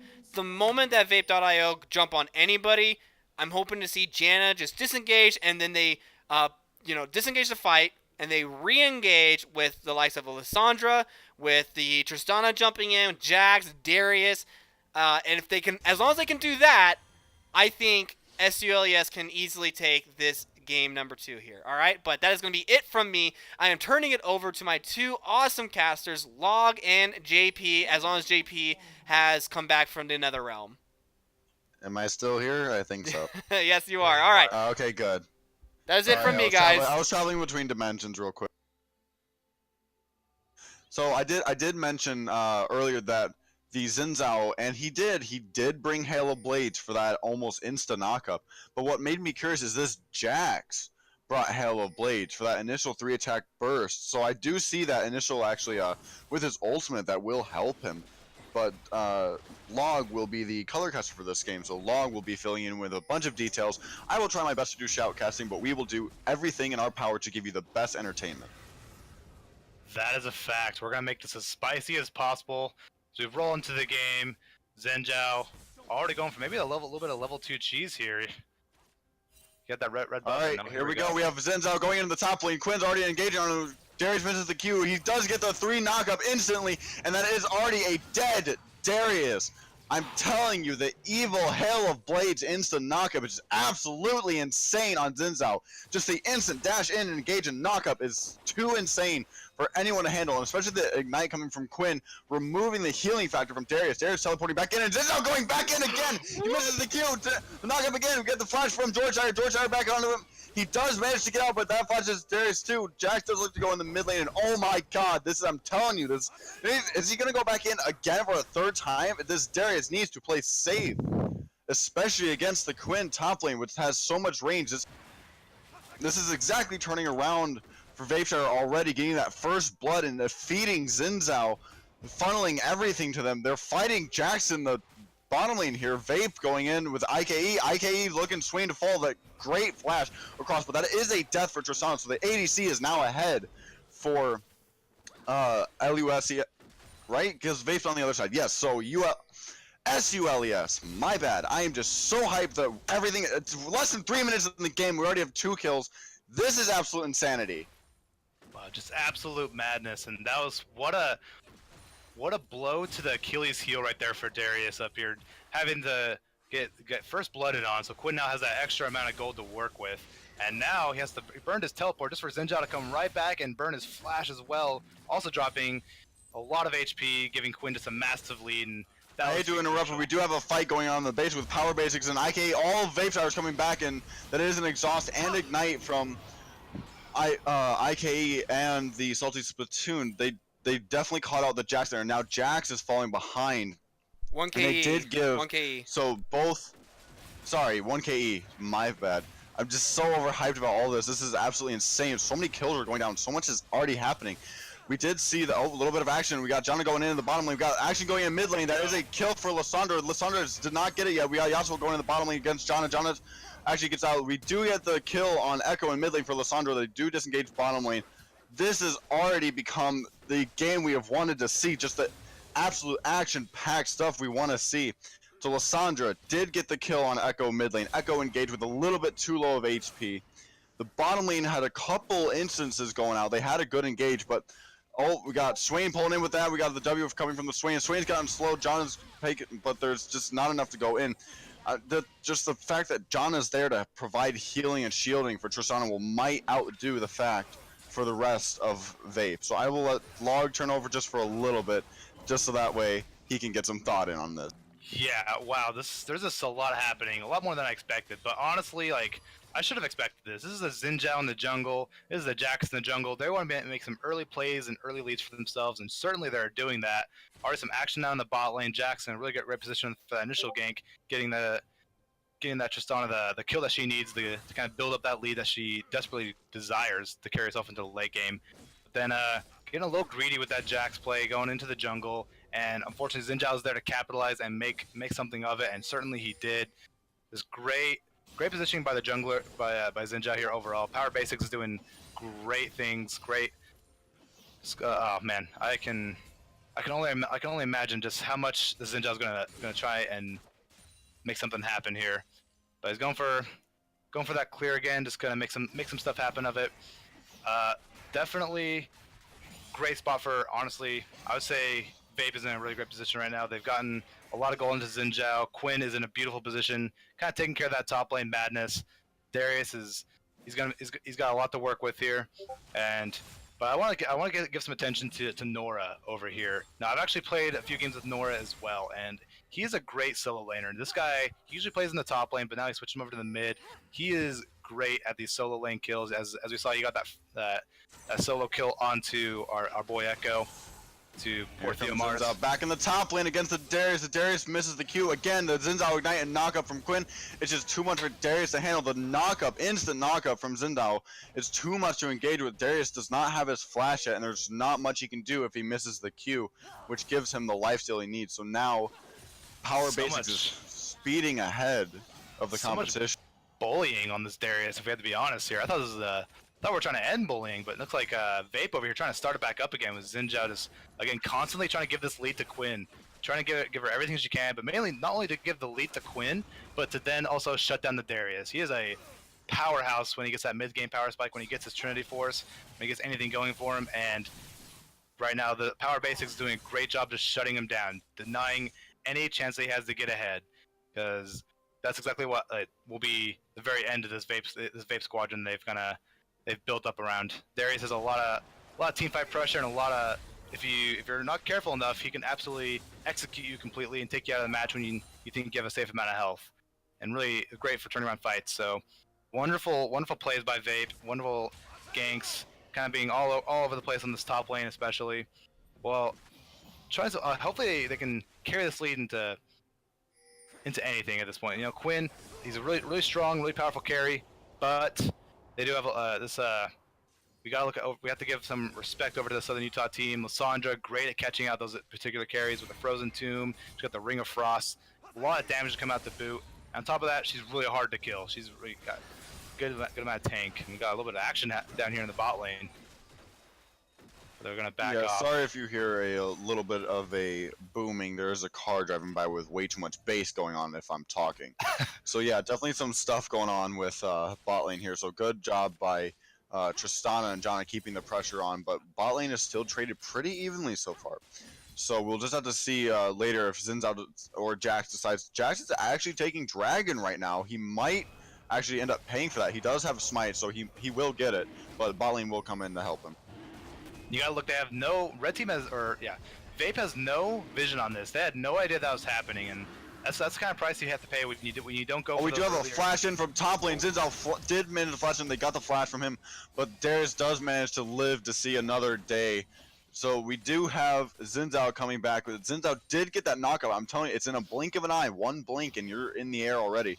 Just imagine what's gonna happen later when you connect the puzzle pieces of Xin Zhao and Yasuo together. Xin Zhao's actually behind Darius right now. They will be potentially looking for a turret dive, and Darius might pay the ultimate fate here, unless his ultimate is actually going to happen with Quinn. And here we go. Looks like a gank's going to happen on the top lane. Here we go. Darius is getting the Q on. He does not get the ultimate. Darius, you have to wait for the stacks to come in, my friend. Darius is trying to get anything going for just try and make a play, and as you can see, Power Basics not having any of that, shoving the second Darius gets an inch, you know, Power Basics sees that and he's gonna absolutely strike and target this poor Darius, take him down, and he tried to go for broke there with that ultimate, but again, patience is the name of the game for Darius, waiting for those extended little skirmishes, and unfortunately he had to pay the price there, as now Darius falling increasingly behind, and you know, ultimately the game's kind of mellowing out as far if you ignore the action going on top lane. You know, it's actually a pretty mellow game overall. There's a few kills being tossed over, but oh hey, here we go. Sorry, I was currently changing my settings. So yeah, another engage. If Darius actually had his ultimate there, that would definitely be an instantly dead Quinn. And that, you hate to see it. Darius once again going for anything. Happy to try and get a single kill on the Quinn, but again, Xin Zhao is pitching his tent. I'm getting PTSD flashbacks of TSM with Dyrus just getting absolutely camped and trying to get shut down. Of course, Dyrus being the guy that he is, he was able to come back from this, and we're hoping to see A. Lamau try and make that same effort, try and keep the positive, keep him from getting self-tilted, because you don't want that tilt to happen. But it looks like they're trying to make another gank. Now Echo's coming up to join in on some fun here. Yeah, Darius is just about. Oh, he did manage to get the Q out, but it's just not enough since Xin Zhao has the burst on him. Darius needs to stop pushing up so far, especially when they don't know where their mid laner is, and especially if he knows Xin Zhao's there. We do have a fight going in bottom lane. They did get the 2 exhausts. Lissandra's coming in from the bottom. It does ult. A nice Tristana double kill. Lissandra ultimate right on top of Yasuo, stopping everything he had to do. And I believe, yes, actually, Swain did use his ultimate, so that is a fallen ultimate down in bottom lane. So the fact of Lissandra stopping everything Yasuo has to offer for damage is something else. So I want you to tell me what you think Yasuo can possibly do to fight against this now 3-0 Tristana. Ooh, it's going to be rough. It's going to be really rough for him. Definitely going to be around using that wind wall that he has. He doesn't have too much going for him right now. Still trying to build up his first item, going for that Phantom Dancer, or trying to get anything going for himself right now. Is Tristana already with a BF sword, rushing those Berserker Greaves to get that extra attack speed. It'll be really great for her to get as much DPS as possible onto this squadron here, because there's a lot of healing going on for Swain, a little bit of tough to kill potential. I guess however you would phrase that, but great pickups overall. Now Tristana already finishing that Storm Razor. She's 3-0. She's got a 500 gold bounty on her head. I would have Power Basics kind of pay attention to that and maybe try and make a gank down here. Maybe have her boy Theomar's trying to come down and make a gank on there, because that's 500 gold. That would be super great in the hands of Yasuo. He's gonna be trying going for that. That's if anything will propel him back into this game, it'll definitely be for that amount of gold, or to actually build up a lead, because right now the farm is actually really similar, as you kind of pay attention there. 93 to 93 as far as the creep score goes, and it's going to keep building. You got to give credit to Yasuo though, not missing a mark in a really tough situation to build that up. And Janna again, great. Oh, here we go. Do seem to be going into the cage. Jax does get his counter strike off and stun right on top of Yasuo. Yasuo's not able to do anything, and Jax is able. No, Tristana picks up the kill on him. And then we have Swain actually running away. Lissandra does look to engage mid lane. Yaiko does back off, but we have Xin Zhao waiting top lane again for the Darius. Oh man, here we go. Like another instance of bullying here, as Power Basics looking to get another kill on this poor Darius. Oh, here we go, dive.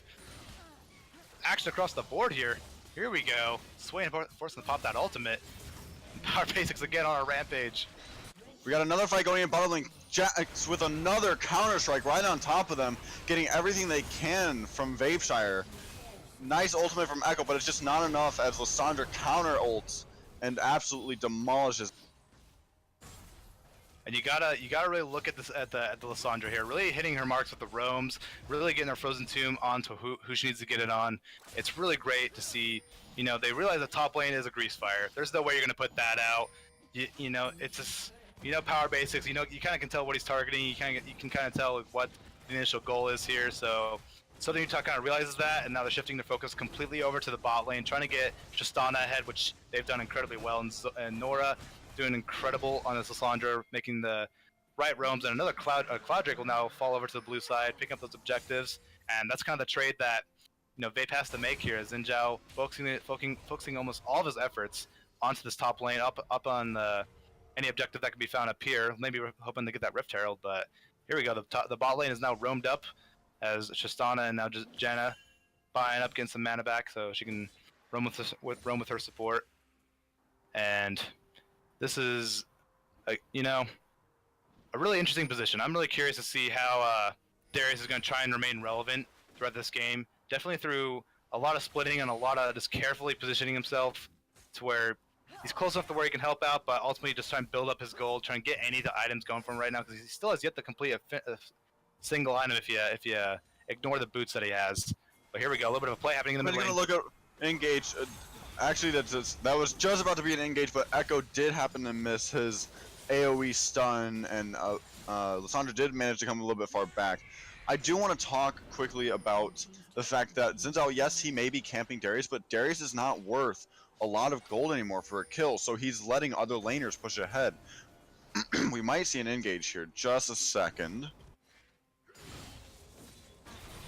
Maybe get anything going for the Southern Utah squadron here.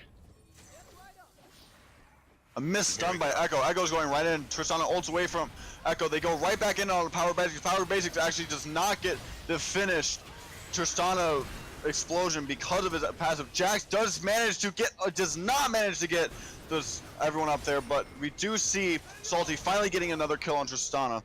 It's sad to see that Jax missed that, but my camera has been moving everywhere else, so we did miss the Jax top, and he did fall. I thought he almost had the kill, but he actually did miss it. So now Power Basics will be picking up their Rift Herald. Lissandra and Jana might be going back in for this. We'll just see in a second. Yeah, they want to make a play here. I don't know if they're going to be able to be mad enough to do it. They don't have the smite. It's just Jan and Lissandra. Here we go. Step right up, says Echo as he wants to go in. He's not going to find anything. Oh, and here we go. A nasty root by Lissandra, but it's just not enough to kill. And they do manage to secure Rift Herald for Vape, so this will definitely be something proven worth if Vape wants to really push in one of their lanes again. So definitely something that Xin Zhao might want to consider is laning phase is kind of over now, but it's the fact that he let other lanes get ahead. So Tristana has her core items, and Lissandra has starting to get her Zonias, I believe. So let's see what happens. Tell me this, Log. What do you think will happen when the next team fight comes? Who will actually prevail? You know, honestly, so right now the ultimates are kind of charging up. By the time that any team fight will happen, I believe that Nora will have her ultimate. But hold on, we got a little bit of a fight happening here. And wow, what a great pickup there by Darius. Exactly what he was looking for. Oh no, we lost JP. Oh, we lost him. Rip. Oh, I'm sorry. I keep pushing the wrong button. Okay, there he is. Ooh, We have a there's nasty Rift Herald. engage here. We have a Rift Herald coming in for the mid lane. This might have been a wasted Rift Herald. I'll get a little bit of damage on that tower. Definitely not what Vape was looking for. They wanted a little bit more to happen, but you know, they're missing the Quinn, a key part to their team fight, with her having all the kills, all the gold. They're missing. Oh look, Crucial Bin. Hold on, here we got someone getting caught Yeah, we out. have an engage coming from Xin Zhao. Xin Zhao does manage to ult, and Jax's counter strike absolutely stops everything. Lissandra did manage to ult. Swain ults. Lissandra flashes away, so it looks like it will be a disengage. But that was a couple ultimates that have been used away. Quinn does gain sight of. I was gonna say they're dancing around this mid lane. They're hoping to pick up anything they want. This Vape squadron, they want this tower. They want the mid lane tower. They see it in their eyes. They have an objective goal. Nothing really much else to go for. So that's what they're kind of grouping up for. As blue team, they're trying to make anything happen, trying to hold up a great defense, and they have the key players to do it. But Jack's taking a lot of damage. Very scary situation for pretty much everyone on the Southern Utah team except for Lissandra, who can really get to safety. And Tristana here trying to poke down as much as she can, and she's got the damage to do so. And we kind of see the leads that have been given to the individual players, where they're starting to kind of unfold here, as we see, you know, Yasuo and Swain, they're not doing too much right now. They're not making a huge difference. They are putting out damage, and they are having a great to see, and the great tower pick up there by the blue squadron as they pick that up. Southern Utah maybe looking to get this dragon now. The Earth Drake is now alive, and they're going to pick that up. They do, the Vape squad, they do have the vision on it. They're going to maybe try and go for the steal definitely here. going to be an engage. They did get the tornado on Dezo, but Echo Wellington with his ultimate does not get that. Echo does manage to get ulted, but he ults away. Lissandra is actually rooting everyone. Swain does. Tristan is coming out with a major burst damage. We have Xin Zhao re-engaging on everyone. Darius is getting the ultimates off of everyone. Tristana getting the rest of them. There was just such a clean kill. Here comes another. Oh, he does not get it again, but that is the triple kill from Darius. This is the point of the game that the rest of the team fight has come for. We see Jana's perfectly 0-0-12, Lissandra and Tristana and Darius, just the perfect combination of just getting it low enough, and the moment Darius gets a kill with his ultimate, it ignites his 5th stack rage and just spreads it upon everyone else. This was an absolute obliteration for Vape. Darius is again the very fear that Vape had has been realized. This is like a horror game all over again, except now the tides have been turned. Now it's Vape kind of losing the lead that they had, and immediately seeing this Darius pop off. Lamau finally getting exactly what he's looking for. A beautiful team fight to where he can get a clean triple kill, get those executions off. He's now starting to build up some items. He's getting everything that he needs, and all of a sudden, every ounce of attention that he was received by Power Basics is gone now. It's more or less, he's now a threat. He's not someone they have to worry about, and a little bit of engage here. Yeah, I don't know what this Yasuo was thinking. He did flash away, but I think that will be a death easily for Yasuo. Do not know why he really tried to engage a Darius who recently just had a major power spike. He is now up quite a bit more gold, and it will definitely prove to be a very scary thought once he buys his next item. This is, again, a tough situation. Vape, absolutely, you gotta respect the boldness on their play to try and go for the dragon, but simply was not worth it. It was an Earth Drake, and as valuable as those are, simply is not, they honestly might have been a better idea to kind of give that up and find a better way to get a team fight off, because they had a really great dance around the mid lane trying to go for the tower here. But again, they wanted to try and show themselves that they do have a lead, they do have that gold, they do have the damage necessary to fight, and that they do. Unfortunately, there's so much more coming out from the Southern Utah squad, and you can kind of see that through Lysandra, is how much of a difference she's making. She hasn't dropped a single death. She's 3 kills into this with 7 assists. 10 kills overall in the participation. She's done great with her roaming. She's done great kind of. I have a nasty Darius engage here. Ooh. Darius going on. He might get the ultimate. Does not get the ultimate. Darius does go in. Zinzal's going in on it.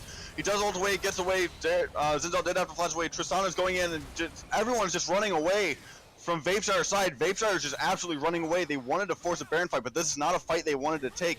Multiple, if not almost every ultimate has been taken away from Vapeshire's side, and now that is a clean Baron for SULES to take.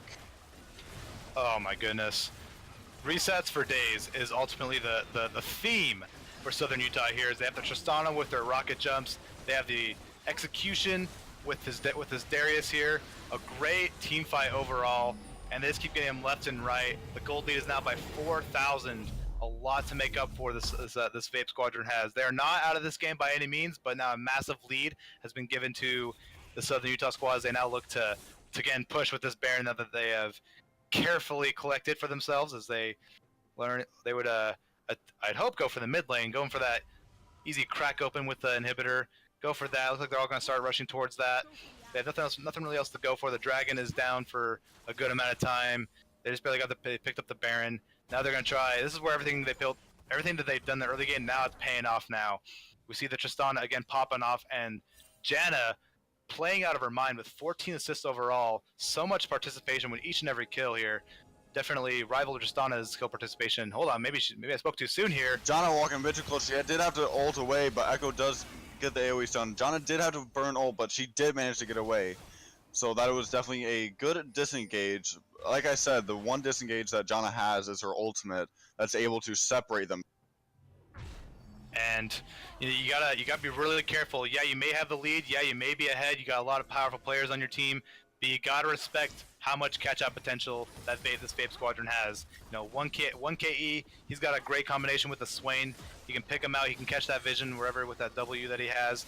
And with the snare, it's a very nasty combination if you're found in the jungle in a dark alley, as Janna was found as she was trying to get some wards out. And you can kind of see the I call it the line of vision, or kind of like a line of scrimmage, if you will, where you kind of see the river is absolutely lit up. It's warded up by both squadrons here. You can kind of see the Vape squad trying to let it a little more to the dragon area, because that's where they're at. We do have an engage. Oh, hey-oh. We do have an engage coming in from Zinzao. Zinzao does dash in, but it does not fare well. That was a waste of Zen. You look to the bottom lane and top lane, and Darius and Jax are both, and yet still Tristana gets a kill. Lysandra's still going in strong. She does manage to get the root and ultimate onto Swain. This will be another death for Zinzao too. Lysandra and Tristana just absolutely popping off, and now Jax and Darius are shoving top and bottom lane. Darius has finally gotten his core items, and now there's nothing Quinn can do about it. And this is a great 1-3-1 that this blue squad has going for them at Southern Utah, utilizing the champions completely as they now try and pick up the first inhibitor of the game. And maybe a little bit of a drop here by Darius, getting a little confident, but he's going to fall to Quinn. But again, the leads that they've built for themselves is paying off so immensely. And Darius, though he was shut down, maybe the targeting for Power Basics was a little off. Maybe should have gone for the Tristana, maybe anywhere else, because Darius is popping off, given exactly what he needed. A lot of squishy players to deal with for this Vape squad, and as you can kind of see, all 3 inhibitors are now down, their faces wide open. Here we go. This might be, yeah, that did prove to be an issue for Tristana. So it's sad to say that Tristana's gone, but that was definitely something that Yasa was not expecting. Jax is actually still trying to fight here. Jax does get shut down by the 3 proc Echo passive, and that might not fare well for them actually getting an Inferno. The gates might have been open just there. Vape getting the play that they're looking for, getting the catch out onto our Tristana, which is their main amount of damage. Eradicating Hater, really in a bad position there. No one else to back her up, and Echo going in. Yeah, an easy. Like I said, the Lissandra ultimate. Sad to see that Janna died still to Echo, but the Lissandra ultimate just stops any one of their enemy players from doing anything. So anyone who's posing a real threat, Lissandra can just stop then. And as we see, the gold is like, again, a great pickup by Vape on that last little skirmish that they had. But unfortunately, again, this blue squadron is so far ahead. The numbers do not lie. As now they're ahead by 7,000 gold. It's looking darker and darker and bleaker for this Vape squad as they try and keep what they have up. Try and give what little hope they have. You know, you gotta respect the damage that is coming out from Xin Zhao, from Power Basics, and from Georgeshire with that Quinn. She has a lot going for him, but you know, how much can they really do? They don't really have much of a front line to kind of defend them, to really peel off of them. They have a lot of champions that are great for all-in initiations, but if you really look at their team farm quite narrowly, which I neglected to do at the beginning of the game, they don't have anyone that really tanked all the damage and the peel. If anything, that would be Power Basics or 1K E's job, but both of them are just too squishy. They don't have the power, the health, everything they need to kind of keep themselves alive in a team fight. It's all gone, and this blue squadron utilizes that, and here we go, got a little bit of action going now. Just a little bit, but Vapeshire has to go on the full defense. We have Xin Zhao going in, back with his ultimate, Swain ultimate. They have a bunch of ultimates going in. Jax does use his ultimate. Lissandra completely demolishing Echo at the point. Darius getting his ultimate procs off. This is going to spell disaster for Vape.io. Just another Darius triple kill out of the bat with his ultimate reset. Just a nasty play. Very well played by both teams, and GG to SULES. Wow, what a great play overall by Southern Utah. We cast a little shade on them, not giving this B team enough credit, but boy were we wrong. You know, great to see the pop off by Nora. You know, the Eradicated Hater is going crazy with the Tristana. Power Basics trying to make whatever lead he can, and he had great plays overall, but that's the kind of price you have to pay for camping a lane. Is there's going to be another snowball kind of forming elsewhere, and that's kind of what we kind of saw here as this Vape squadron tried their hardest but got taken down. So great plays overall. GG to Southern Utah. Wonderful action. Really entertaining and fast-paced gameplay. It was beautiful to watch. Alrighty, guys. Thank you guys so much. First of all, that was some really good casting, you guys. Thank you guys so much. There was one thing that I gotta mention, I guess. The chat has decreed, JP, your mic is trash. You need I'm sorry. I don't have any like professional mic, nor do I have the money to really spend right now. I'm working on that right now, but I just have my standard headset mic. I do plan on getting a good one. I promise. I'm not sure when, but I am working on that. I realized. Oh, we're just being a bunch of critics. You know, everyone's a critic. But other than that, I think you guys did absolutely amazing. By the way, chat, again, I'll reiterate that that was their first time casting on our stream together. JP, it was your second time casting for us total. Log, it was your very first time. So I hope you guys had fun, and I hope you guys enjoyed their commentary. I hope you guys got a lot out of it as well, because boy, do these two know their stuff. They know a lot more than I do, at any rate. I am just a lowly shoutcaster, but these guys are gods when it comes to their analysis. Log especially, your analysis was top, dude. I've just played this game for way too dang long. And Haven't we all? I consider the esports like my NBA or NFL. Like, I do keep up with that stuff, but I love watching the esports and the high level gameplay. And honestly, this is the next best thing what we're watching here. Like, each one of these players, like, they're all like platinum, they're all diamond, they're all high up in that elo to where like they're, they know what they're doing. They have an idea, and it's kind of fun to watch and kind of see how they choose their builds, how they kind of go about their gameplay. It's really entertaining to watch. And I mean here I am today talking about League of Legends. So.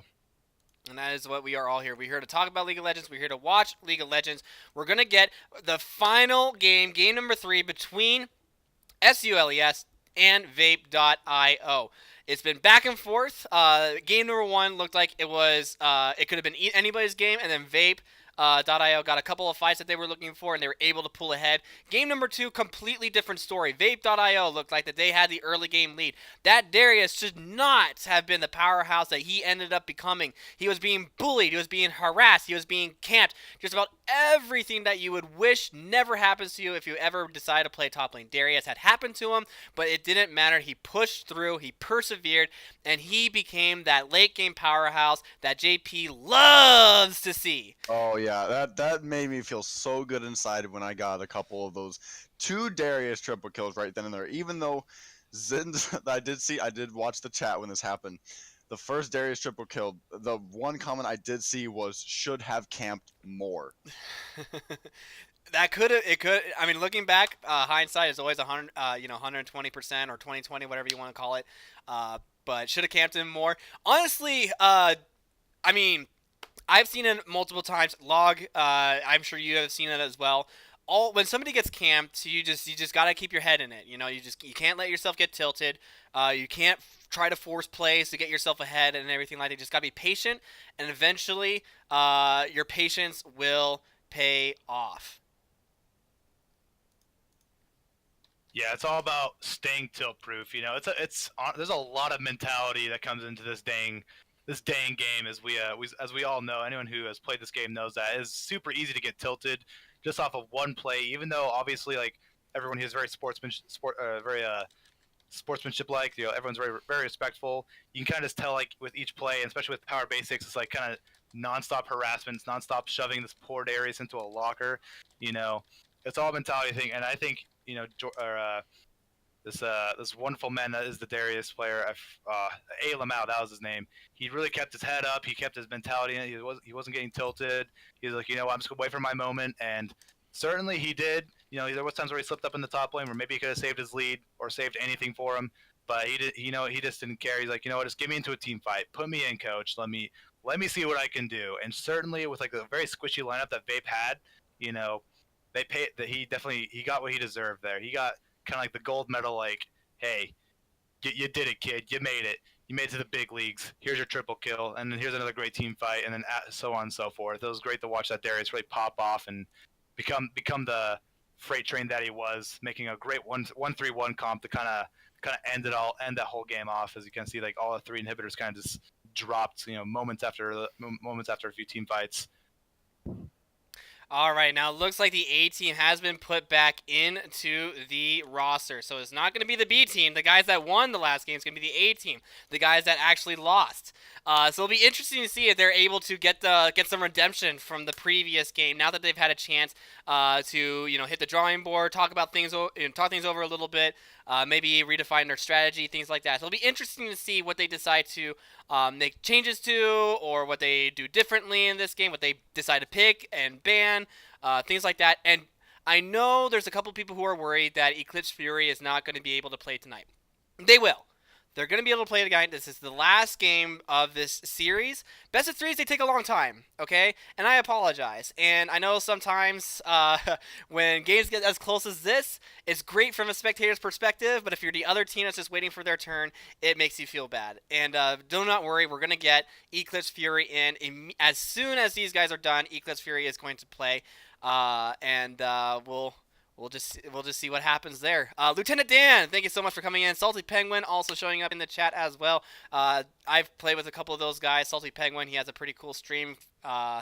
And Lieutenant Dan, he's been awesome with Crimson Gaming. Unfortunately, Crimson Gaming aren't able to play this year, as they have not been able to find any subs for their AD carry role and their jungler role. So there is that. And now, without much further ado, because we are running low on time, we got to get this game up and running and out of the door. We're going to go ahead and jump into picks and bans as long as everybody is ready. So just doing a quick ready check. And this time, it will be JP who will be leaving us as soon as the game goes live. You can stay for the picks and bans, give your predictions, everything like that, JP, because we know we want to hear what you have to say. And then, okay, so go. And then it'll be Log and myself playing. Log will be in the shoutcaster role. I will be in the colorcaster role for the first time in the League Esports. I don't think I've ever been a colorcaster in the league. So, yeah, you guys are in for a treat. Alrighty, but without much further ado, we'll start with you, JP, since you'll be the one that leaves us first. What do you want to see differently with Vape.io going up against the SULES A team this time? I know I'm not really sure that their Lee Sin was definitely very good, but it's just the fact that you have to know the timing. So I'm not exactly sure. There was definitely plays from both sides. I'm not exactly sure who they want to focus down, especially with Power Basics coming out with that giant Zin's out. They're getting rid of the Quinn, finally shutting down George Shire from getting her Quinn. They have had enough of it. They do not want to hear any more birds flying around. George Shire decides to respond saying, "You don't get a Darius." Now I'm angry. Alright, so Log. We're having a few bans. What do you want to see differently? Before too many bans come in, what do you want to see differently from the the SULES A team? We're going to get it right, guys. I promise. Well, So I guess for sure they got the Quinn. They finally took care of that problem, that issue that they've been kind of dealing with all 2 games. But I really hope that I want to see this A team like really get it together. They had a really great comp last game, so I want to see maybe them banning out the main problems of that first game, which was definitely Ezreal, or not Ezreal, it was the Yasuo Alistar, and kind of can already see Alistar has already gone, getting that guy off the map, and Camille as well, kind of taking care of the issues they had that first game. So already fixing up their mistakes and trying to reinstitute what they want to do. Alright, so we have a few seconds before Vape.io misses their first pick, but it looks like they're going to go ahead and take the Tristana away from SULES. Now, last time, Tristana got funneled some gold and immediately started carrying the game. She had some incredible damage. She did really well in all the team fights as well. Darius banned away as well. They do not want to have another Darius comeback story on their hands, and also the Camille and the Alistar taken away, and instead they take Lucian to kind of to mirror that AD carry pick, and Pyke has been left open. Is this going to be a lock-in, you guys? JP, what do you think? Lock-in or no? I am not sure. I think they might actually do it because Pyke isn't really the best for it, but he's definitely a high damage, high threat, especially if you're low HP and he can just lurk around. That eerie music of him being able to drag you underwater. That will be a Pyke lock. All right, Log, what do you think about that Pyke lock-in? In my opinion, I think it is crucial that they lock that one in as it was let through. I think that was a bold move right there. Pyke, there's a lot of pressure in the bot lane. Really wants to ensure this Lucian, who honestly, Lucian's a flex pick. I gotta point that out right away. Lucian can go top lane, he can go mid, and he can go bot. I honestly think with the Pyke though, he's gonna go bot lane and gonna give that Lucian a lead. And Pyke's got a great laning phase, and this is okay. Here we go, Galio with the Pyke. That's again another great combination to get the Galio into the middle of the team fight. Try and give Galio any gateway in. So we'll kind of see how they pull off this one. They still have 2 more picks to go for. They still have their jungler role left open. They still have the support role. Or I guess the JK. Good lie. They still got the top lane kind of up in the air. So we'll kind of see what goes down. But I'm really excited to see this Pyke in action. I completely agree with you, Log. I think Pyke is, no matter which way you want to spell it, okay, I think Pyke is still a really good support if he's allowed to get ahead, okay? I've seen Pyke execute people with 75% HP still, just because he's got so much armor pen and he ults on a squishy and it's just, they're dead. Galio, I loved it. I love it. Loved it when they picked it, locked in Galio because Electric Sheep was super dominant on that Galio pick. It's just unfortunate that the rest of the game didn't quite go their way, but Galio did really well in the laning phase. But JP and Log, last time SULES banned away Kha'Zix, and now Power Basics locked in Kha'Zix, and they also took away the Zoe. Log, we started with JP last time, so we'll start with you first, Log. What do you think? You know, honestly, I'm at a loss for words for this like, I guess what Vape's trying to build here. They got a really great bunch of champions here. They have the Zoe, really a big pain to deal with for any team going up against it.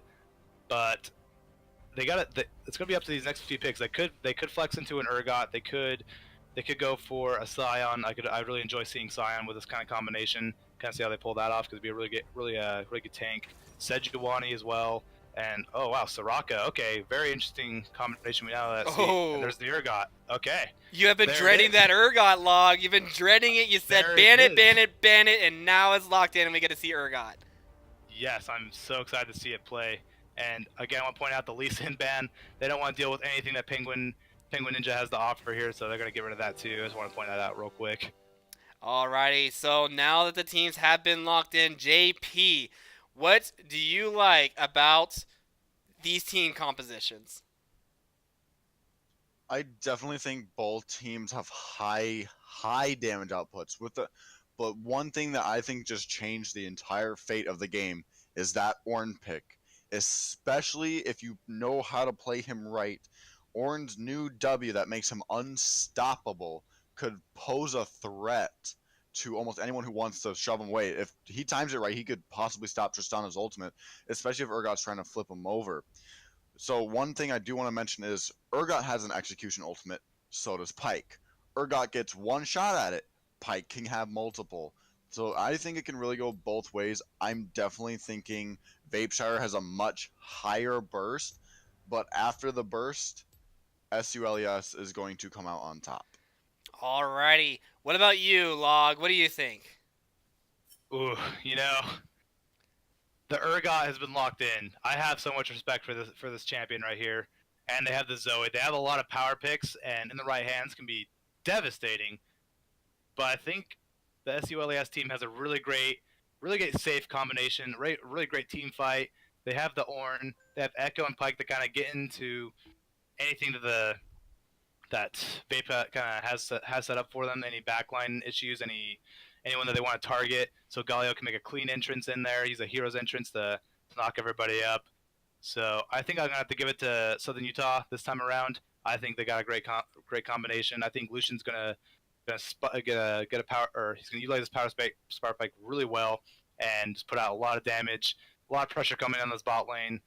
And Tristan and Soraka, as great as they are, it's going to be really rough for them. It's going to be really rough to see how they kind of get out of this laning phase and try and they build up this lead. Maybe they're going to rely on the Kha'Zix to try and make a great play onto a very squishy combination. As Pyke and Lucian, not known for their tankiness, actually known for being quite easy to kill if caught out correctly. So I'm really excited to see how this one will really play out.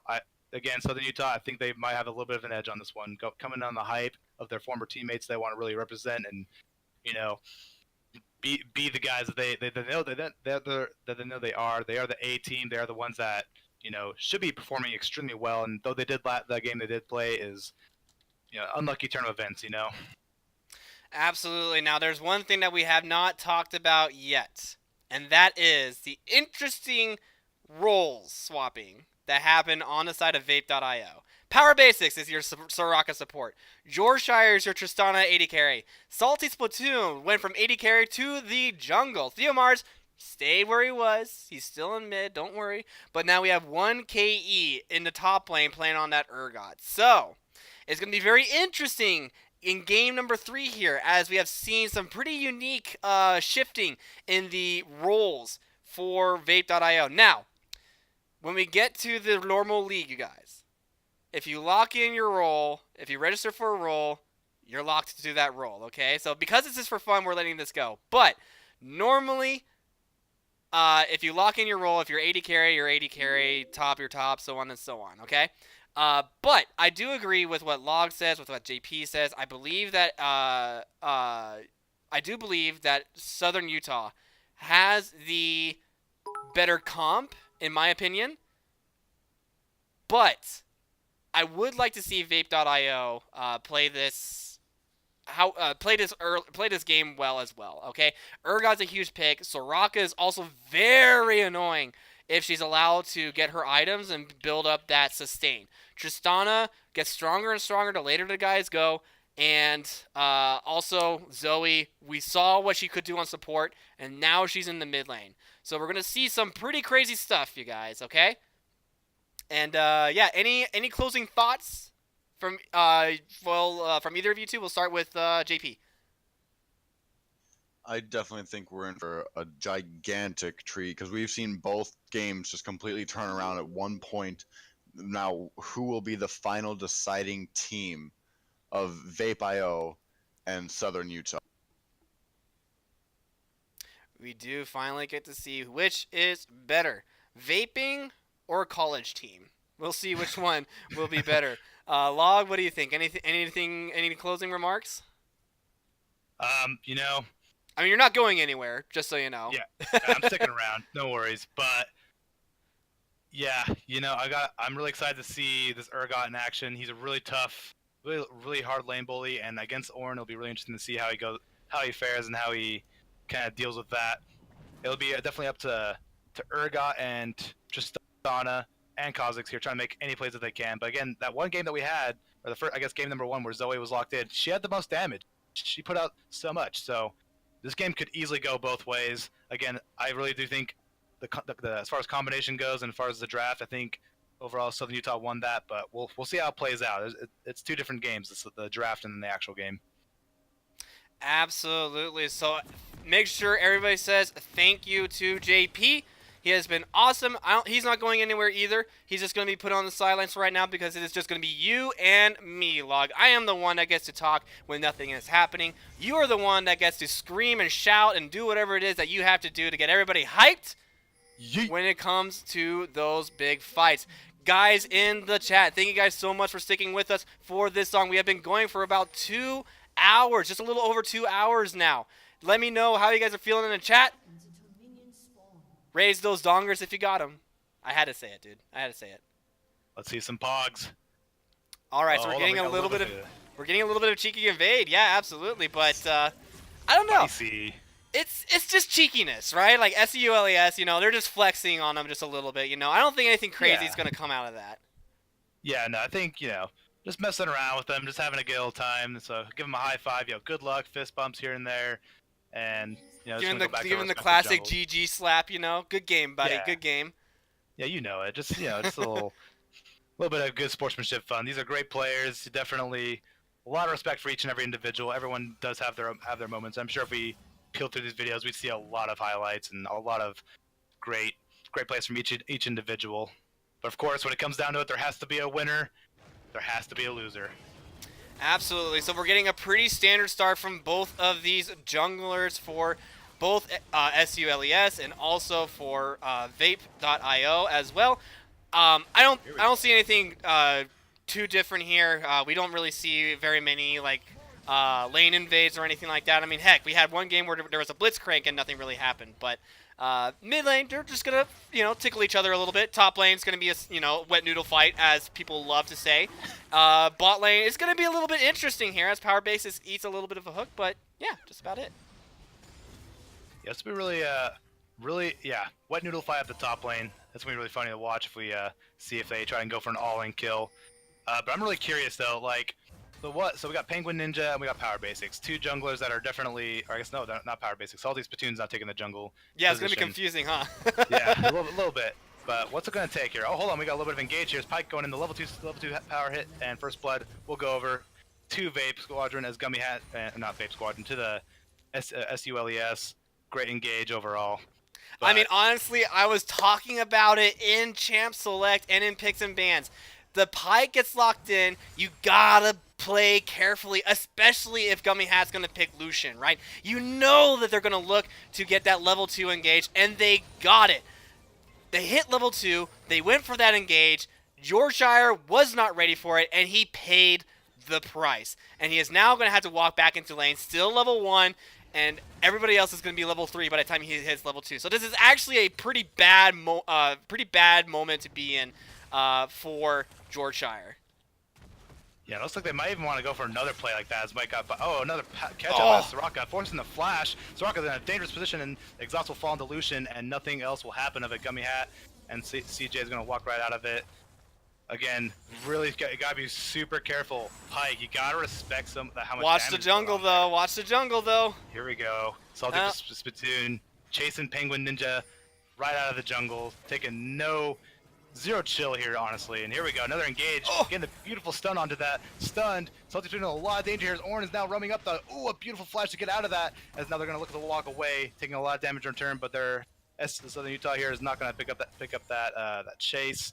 Want to play it safe. They don't want to risk anything, but we have a little bit of a roam. But there's Holy so many crap, people Pike. coming. Pike is here. He wants to make some action happen. And he's drowsy though, falling asleep. You don't want to do that. As Zoe getting a lot of damage onto Pike, he will fall, but maybe Salty's doing a lot of dangers here. The Ignite is burned, and Urgot will fall immediately. And Ignites are being popped left and right. Zoe doing what she can to poke him down. Health bars are low in the Southern Utah squad as a Justice Punch connects. But another drowsy. Hold on a minute. Mana's pretty low for Zoe, and a double flash. Pike's in a lot of trouble. He has to get away. He has to use that healing that he gets, and Teleport will come in. Now Southern Utah on the run here. Urgot trying to look for any play, but he's gonna chill back and sit back and farm up. Doesn't want any of that. He knows he can get kited pretty easily by a 3-man Ornn, Pike, and Galio squadron. And wow, holy cow! Break that down for me, Rev. What was going on there? Like, what happened?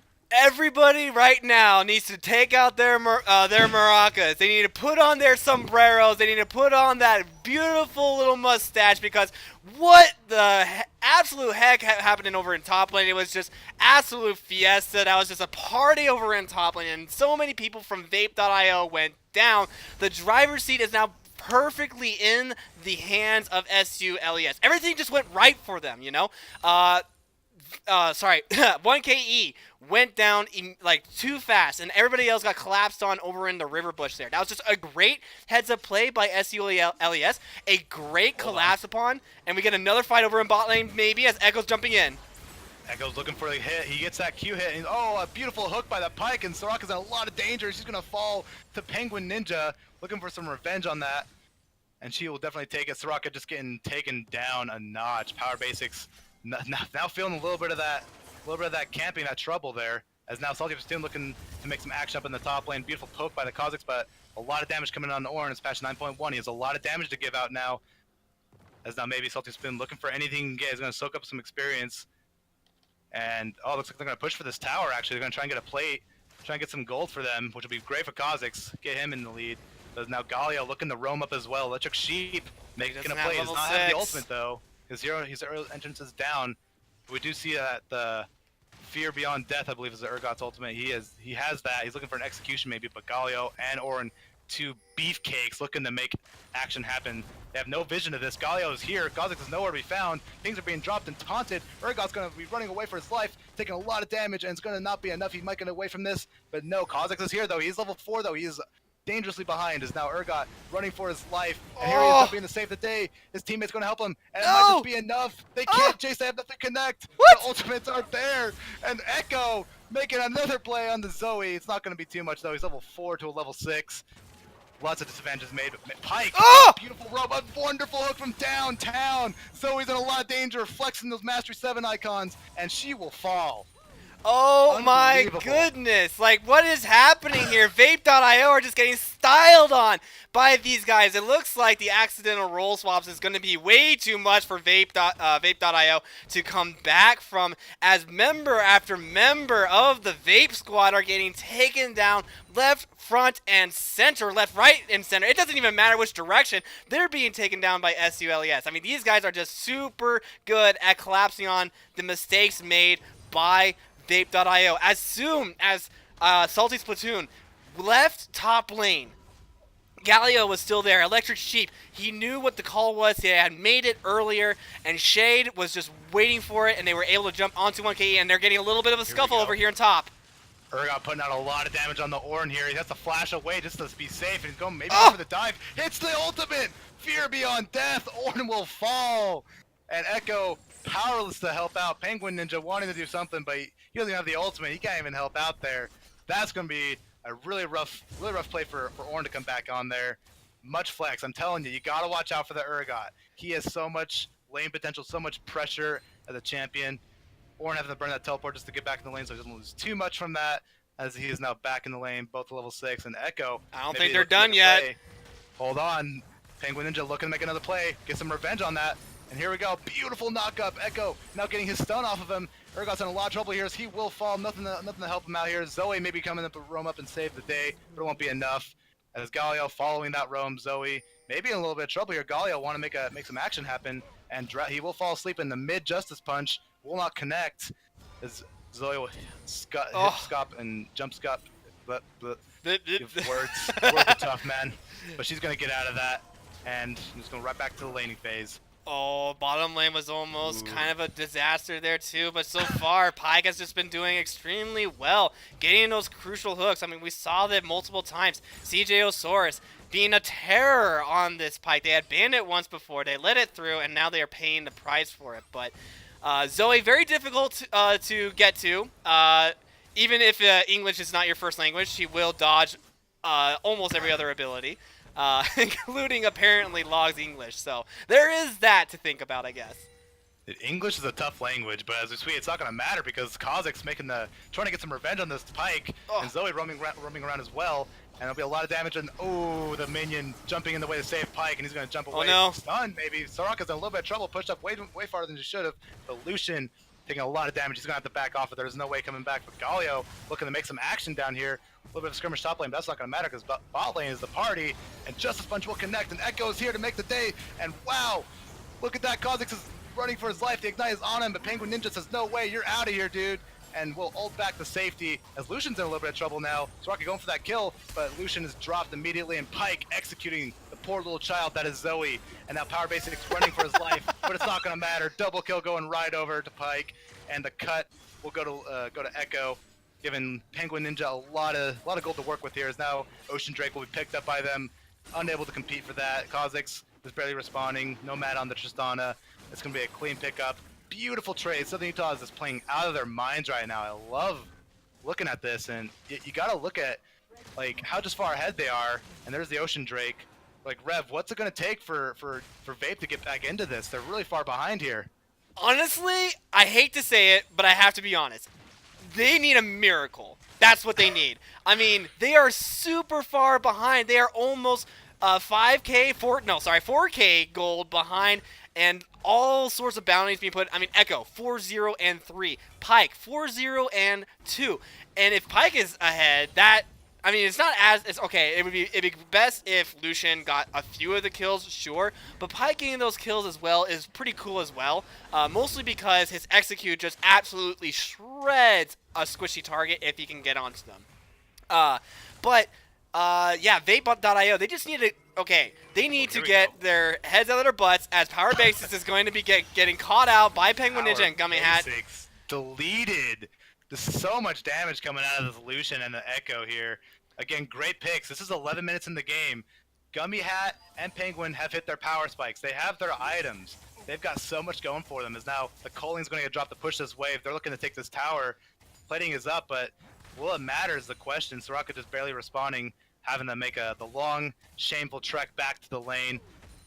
Now we go back to the farming, and maybe Pyke, maybe looking to make a play here. Soraka is not here. Here goes CJ, hitting that beautiful hook, and Georgeshire is in a lot of trouble. The Ignite will fall. The Lucian ultimate is not up. The Culling is on cooldown, as now Soraka's here to save the day. Power Basics, again, doing what he can, but this is now Penguin is here. He wants to make a play. He wants the dive to happen. There's not much. They want it. They want it. Combination they have their ultimates up, and Georgeshire deleted immediately. There it goes, and again, you really hate to see that. Pyke just executing, just how the Darius was last game. A little bit of PTSD that Vape is experiencing here, but a lot more devastating as we see the score is now 2-12, and just to get that last ultimate off. It's on that reset cooldown. It's gonna go on cooldown anyways. It's gonna flex on that Vape squadron, but beautiful dive. And you really what can this bot lane do to get out of this now? Tristana is Oh, losing behind. there's so What can much. she do now? What is Tristana's options? She has no choice. She has to farm everywhere that she can go. She has to farm. She has to farm top. She has to farm jungle. She has to farm scuttle. She has to farm mid lane. She has to get some items.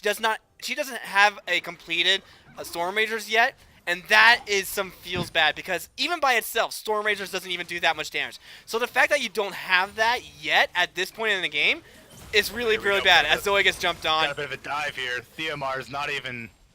Oh man, this is a beatdown at this point.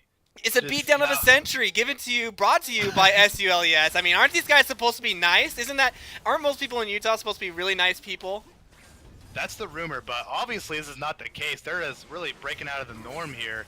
I guess Southern Utah's a little more sketchy. You don't want to go down there because they will beat you up as the Southern Utah squad is showing. Now, 1KE trying to make a play over here, and a flash had to be burned there, but it's nothing gonna come out of it as we see both teams kind of backing off. They want to reset, get some items on them. Lucian has a fat amount of gold. He's finished off that Blade of the Ruined King. The bounties are huge on this Southern Utah squad, and we have 900 gold on the Echo, we have 700 on the Pike, and 450 on the Lucian.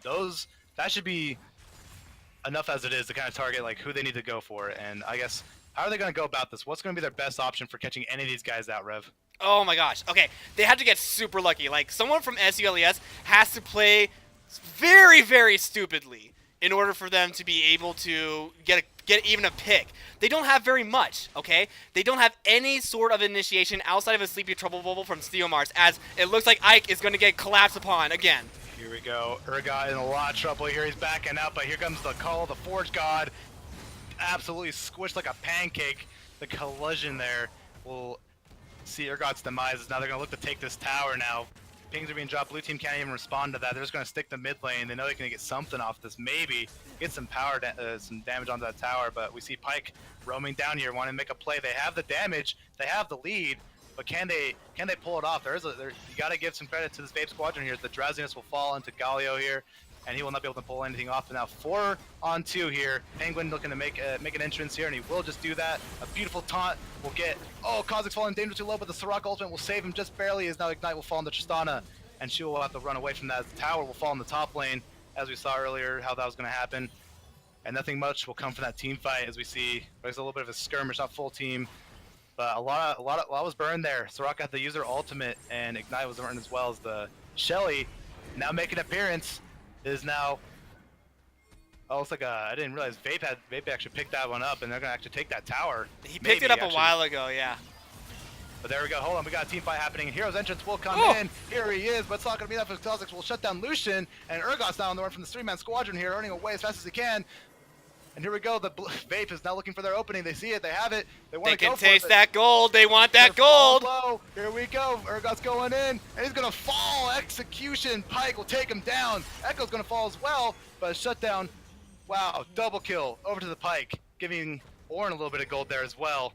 And, that was actually not a bad trade for Vape. You got to give it to him, as they're still going from war. Southern Utah. Oh my goodness. Oh, no. Shut down. Oh, somebody clip that, because that's what happens when Pike goes 9-1-4. Actually 9-0-4 before he died. I'm telling you, this guy just does not care. He can insta-kill people with that ultimate if you let him get this far ahead. All he needs is a Ghost Blade and a dark, the red thing. There's the red blade, the Dust Blade. I don't know why it was so hard for me to think about.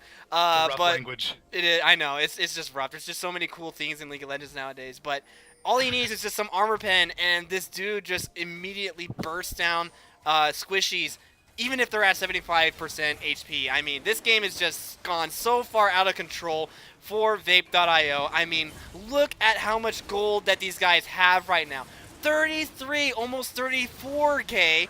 33.7, I guess, compared to the 25.6K gold on Vape.io. That just basically should tell you the entire story of this game if you didn't know what the score was, okay?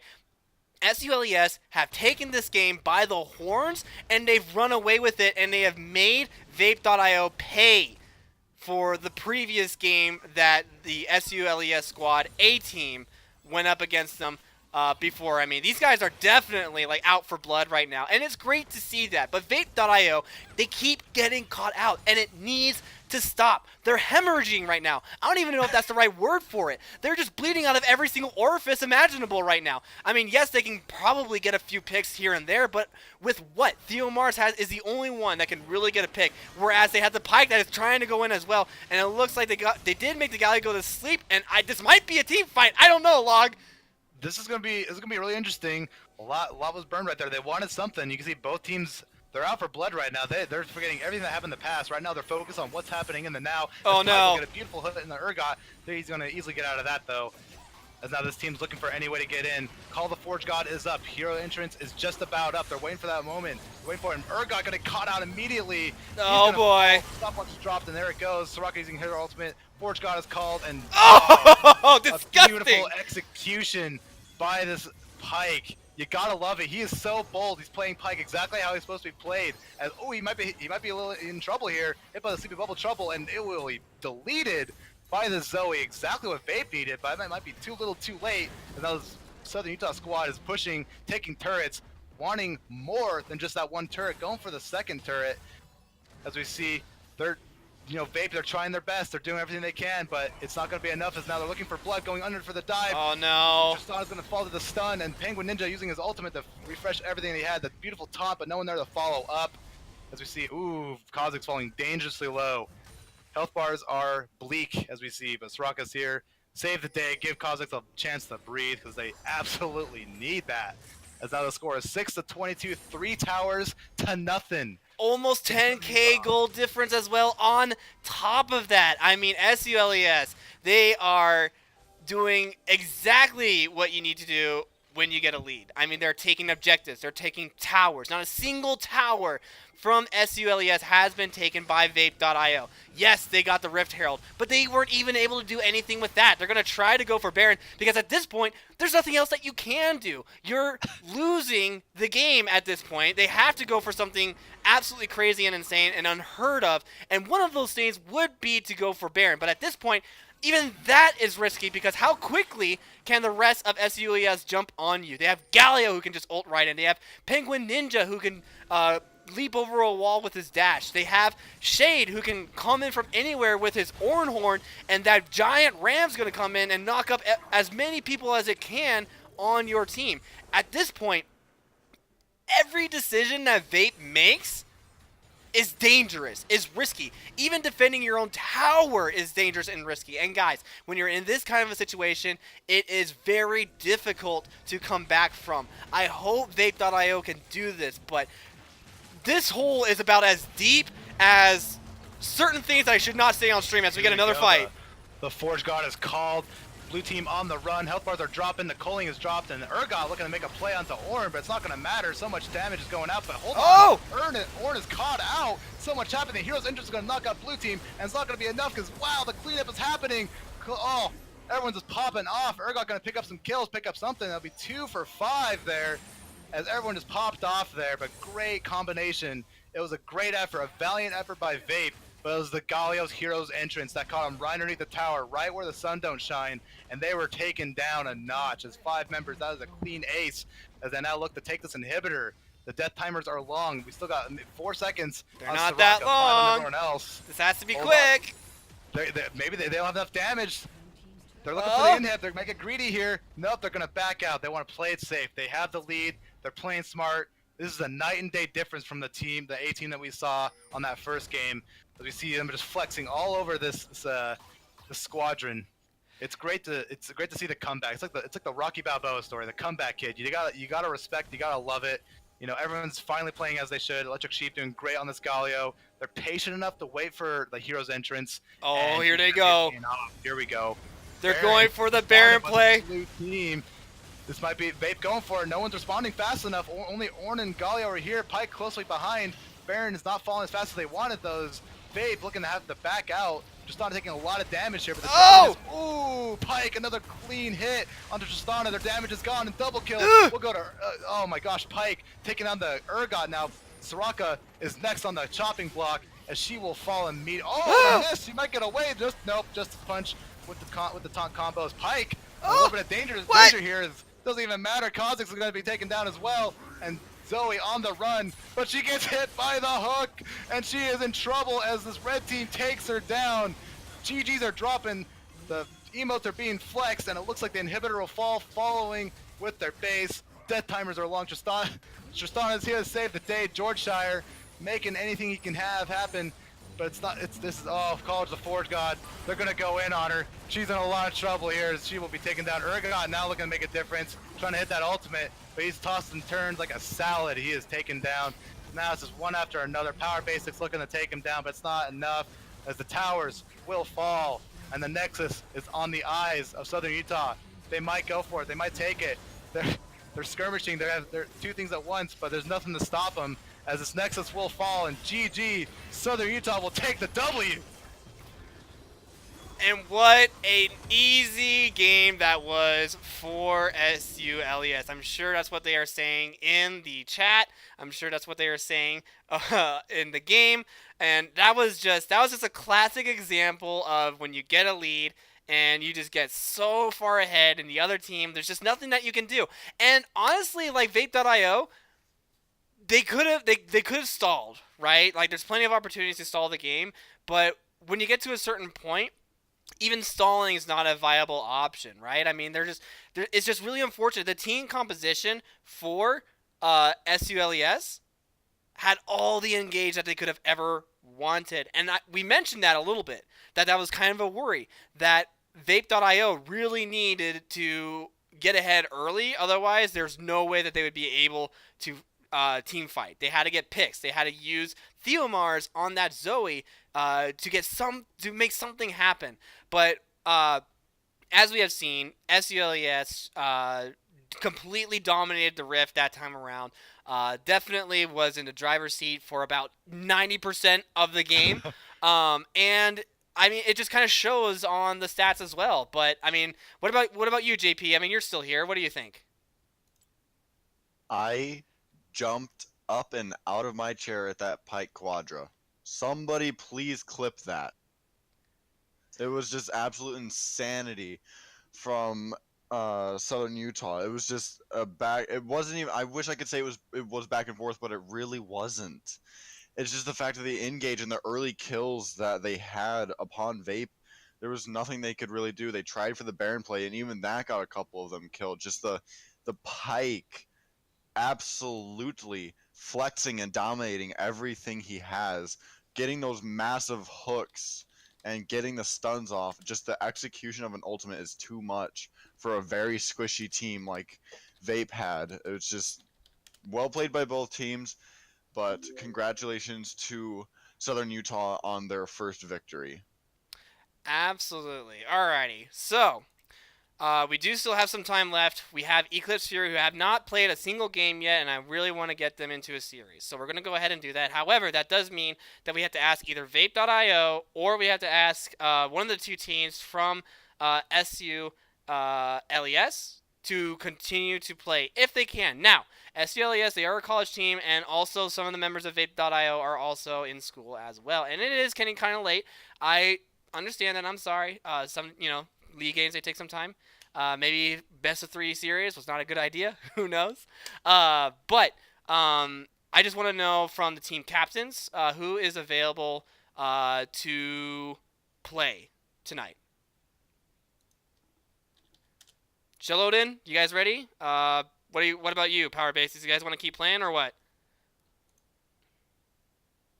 Not that late, we're gamers. True. It's not that late, they're gamers. I mean, what else can we say about that last game? Except for the fact that SULES was just, they had it. And there was no shadow of the doubt in my mind that it was going to change anytime soon. Unless Vape.io got like a crazy, team fight where they killed everybody and got all that shutdown gold, were able to push some objectives, take a few towers down, maybe get a dragon for themselves, who knows. But honestly, it happens, okay, guys? It happens where one team just gets completely dumpstered on, the other team just looks incredibly strong, and some games are just really, really close. What do you think, Log? Yo, honestly, I think like this game obviously a stomp, but it wasn't just because like everyone was winning on all fronts. It was actually a really like for the majority like each and every individual they had a lot of shining moments. As we see like the damage on Zoe is massive, and Urgot had some good plays too. But it all came down to that Pike, and we were talking about it a lot, and for good reason. As this Pike was not he wasn't just in the bot lane making plays. This guy was all over the map. He was top lane making some plays. He was mid. He was in the jungle. He was all over the place. And you can kind of see with his vision score, taking down at least like whatever vision and like control that Vape had of this game was gone because of his Pike and his sole action to just like mess everybody up. And certainly that worked because he came up massive on that fight, really, or just like on all fights, really, just doing so much damage on each and every individual, executing them, and sending that gold off to whoever like helped out. So like Lucian and Ornn, they got the necessary gold they needed to get going, so they didn't just like lose out on that.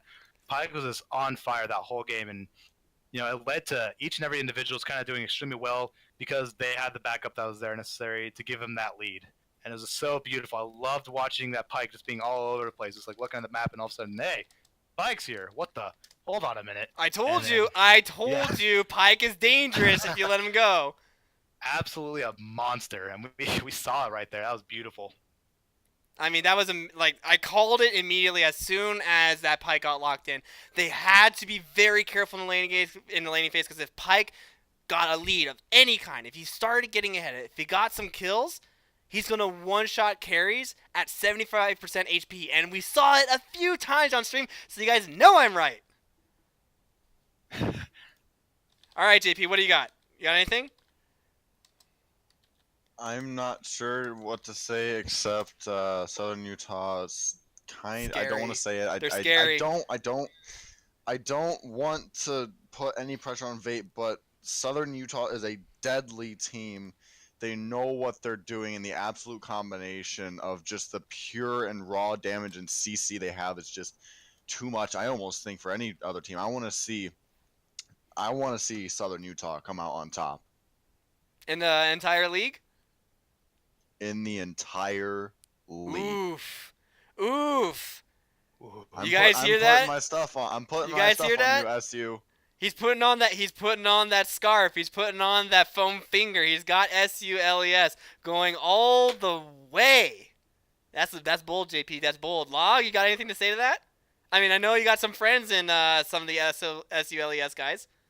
Yeah, I mean, I don't want to play like favorites here because I do know some of the players and I do know like how like their potential and how much they can do. And at this point in time, I'd have to give it to Southern Utah. They're far more consistent, at least as far as like this what we've seen so far. Maybe it's the coaching staff that's like being on top of their game, being really like just coordinating everybody. It's really hyping everyone up, just saying, all right, we got this, boys. We took an L. That's okay. We live and learn. We get over it. And we certainly saw them get over it completely as we saw the Wampa Stomp in that last game. It was beautiful to see. So I high hopes for Southern Utah, but I haven't seen too much of this of the competition here. We have Vape, and as great as they are on their own, there's has to be other teams that are just like there's itching to get a crack at this team, just itching to make something happen. So back when really we had excited. the beta league, okay, Crimson Gaming's college team, right? They were in the beta league. Unfortunately, they were not able to play in this league because of some scheduling conflicts, which is unfortunate, and it happens. And we completely understand here at TLE. But they were Crimson Gaming was the #1 team in my mind. They would be the team to beat, right? If anybody took any games from them, basically Crimson Gaming in our league was like SKT back in season 3, right? SKT T1 in season 3. That's how good I thought they were going to be. I thought they would have my vote. That being said, we had BYU in the beta league as well, but they played a little bit, but they haven't messaged me back yet. So I really hope that BYU can get in here too. So if any of you guys know the BYU League of Legends team, get in their Discords, get in their DMs, and let them know that they need to sign up and stuff. But Eclipse Fury, in my opinion, at the time, right, and this was before SULES had gotten into the league at that point, Eclipse Fury was easily the #3 team in the league. They're good, and they play really well together. Transpike, super good in the top lane. Night Hunter Rook and SLC God, they flex between jungle, and both of them are really good as well. Mage Seeker is a god in the mid lane. If you guys remember that video we showed you, that was Mage Seeker. He changed his name from Sea Sentinel to Mage Seeker. That was him getting the pentakill on Orianna. Mage Seeker is a god in that mid lane. So I would love to see SULES go up against Eclipse Fury at some point during the leagues. Okay.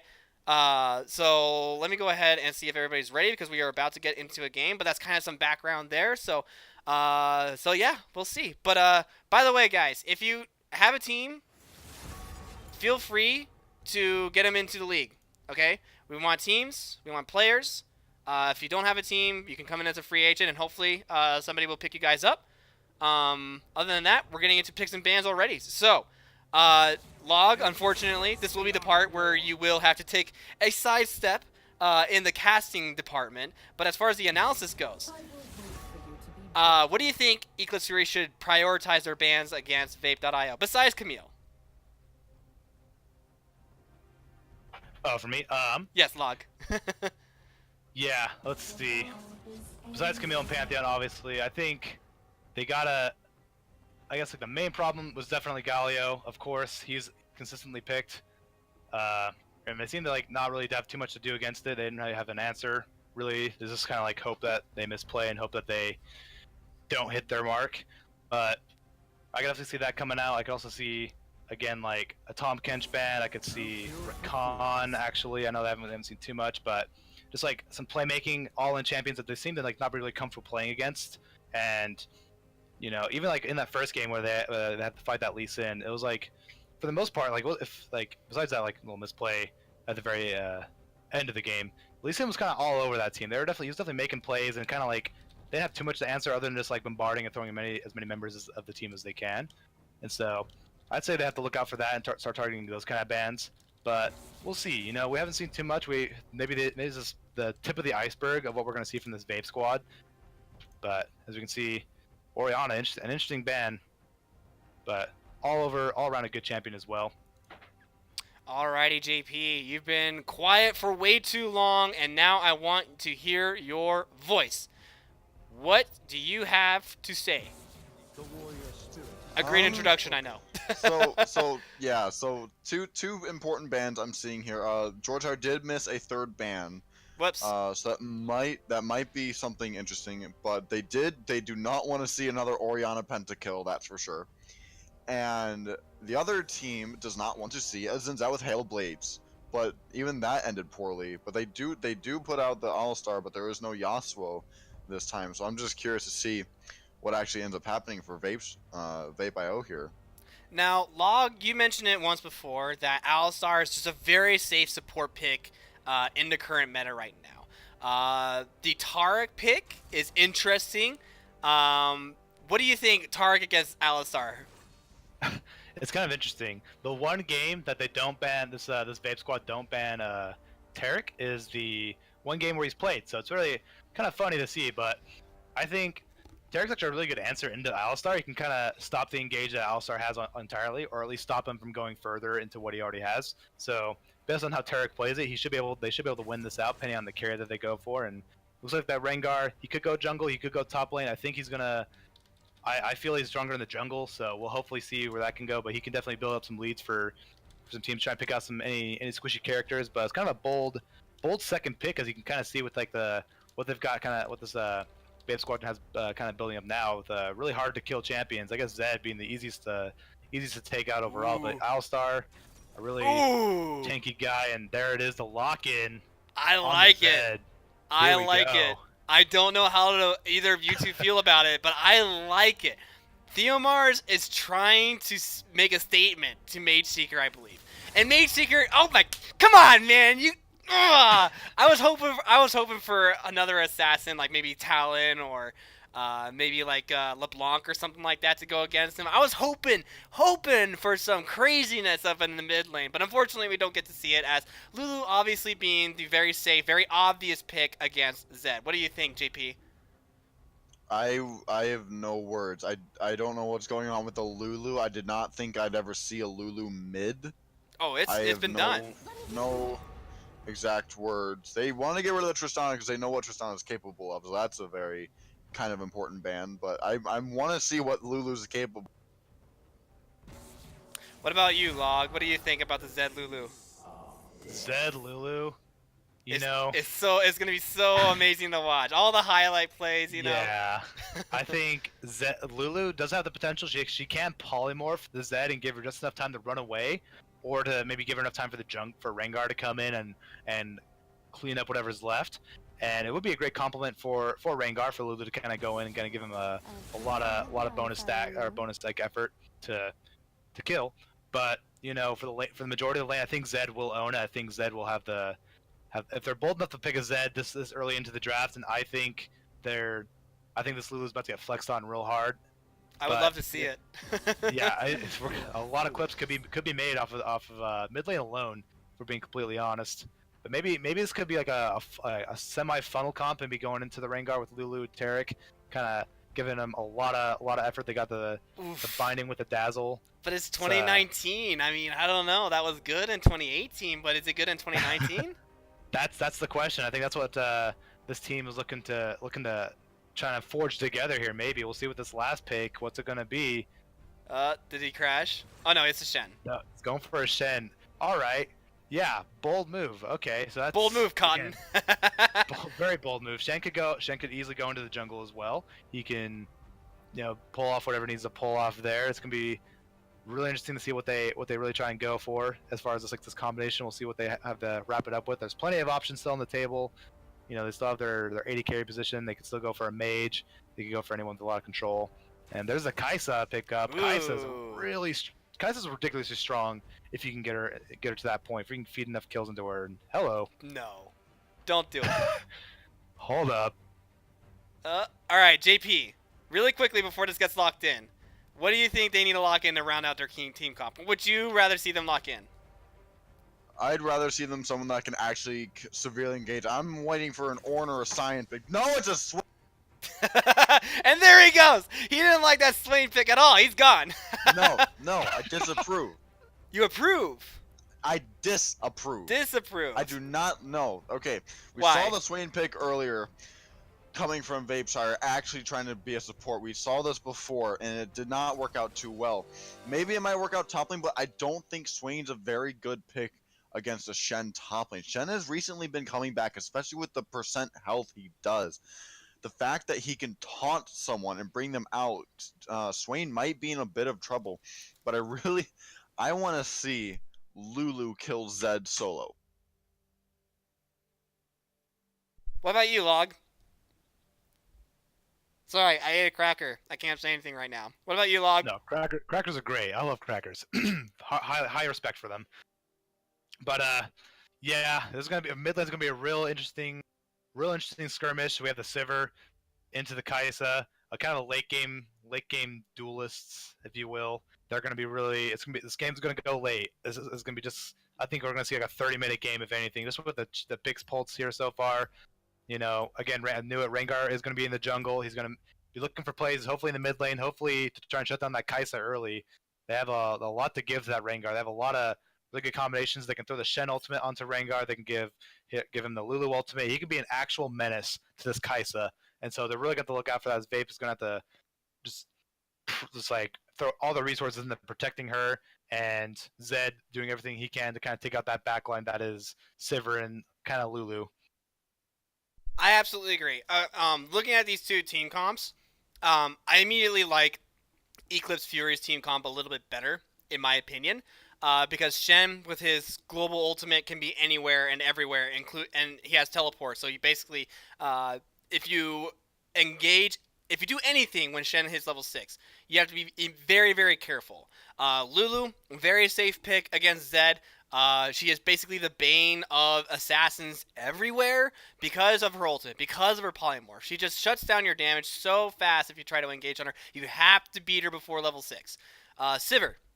Very good AD carry. Yes, she's a little short range, but late game she's a monster. Tarek will do well to also keep everybody alive with his invuln as long as he can hit multiple people with it. On the flip side, Vape has a lot of damage, especially late game damage with Kaisa. Zed if he gets ahead. Graves does really well if he gets a lead as well. Swain, still a very strong pick. Yes, he might not do well laning against Shen, but late game Swain does become a monster. And Alistar, always a safe support, always a good initiator as well with the Flash Pulverize. So both teams have really good team fighting potential, really good initiation, really like solid laning phases as well. A couple of them do need a couple early leads. I'm looking at you, Rengar. I'm looking at you, Zed, as well. You guys need an early lead in order to be able to get ahead. Otherwise, you'll be shut down by your lane opponent. I think Rengar does beat Graves on a 1v1, but Graves does a lot more in team fights than Rengar does. Rengar's really good at picking people off who are, out and alone, isolated by themselves. He's like Kha'Zix, except cat version and slightly better, in my opinion. But, yeah. I like Eclipse Fury's team comp just a little bit better, though. Alrighty. So, with that out of the way, we were going to have Eclipse Fury going up against Vape.io in a best of series, or at least until somebody starts to pass out and we have to turn off the stream and we'll just end it there. So, we'll see how long we can go for. But, Log, as we start to wind down the pick and ban phase, do you have anything else that you want to talk about? Not much other than I think I'm excited to see what Eclipse has to pull out with this combination here. It's a lot of Wombo combo onto Rengar and Sivir kind of boosted up. They're going to be looking towards Rengar, so keep an eye on him. But this will be exciting. This will be a really exciting game. I'm really excited to see what Vape.io kind of does to counteract that and how they answer keeping Kaisa alive. It's going to be, you got to keep all eyes on Kaisa and all eyes on Rengar. That's my What about you, JP? What do you got? Well, for one, I actually think when it does come to team fight, it would be actually interesting to see from Eclipse Fury. They technically have 3 supports on their hand. They have a Lulu ultimate, they have Lulu's shield, they have Taric ultimate, they have Taric heal, they have Shen's taunting ability and AoE kind of basic attack block, and also his ultimate that shields. I think they're gonna just be peeling a lot for their Sivir. I think they're trying to rely a lot on their Sivir to try to give out a bunch of damage. So as long as they can keep Sivir alive, I think they have a very, very great chance. But other than that, I think Vapeshire might actually have this one due to the amount of damage they possess. I agree. I think that if Vapeshire gets ahead, they do have a lot more damage on their side than Eclipse Fury does. However, if things go very well for Eclipse Fury and they're able to get that game later and later and later, it's going to be very, very difficult for Vape.io to be able to get a kill. Oh, shoot. I'm trying to get a badge here, guys. Hold on a second. Hold on. I got this. Boom. Done. Had to. Sorry, guys. You know me. That badge is mine. It's always been mine. It doesn't belong to anybody else unless you beat me for the rest of the month or until I,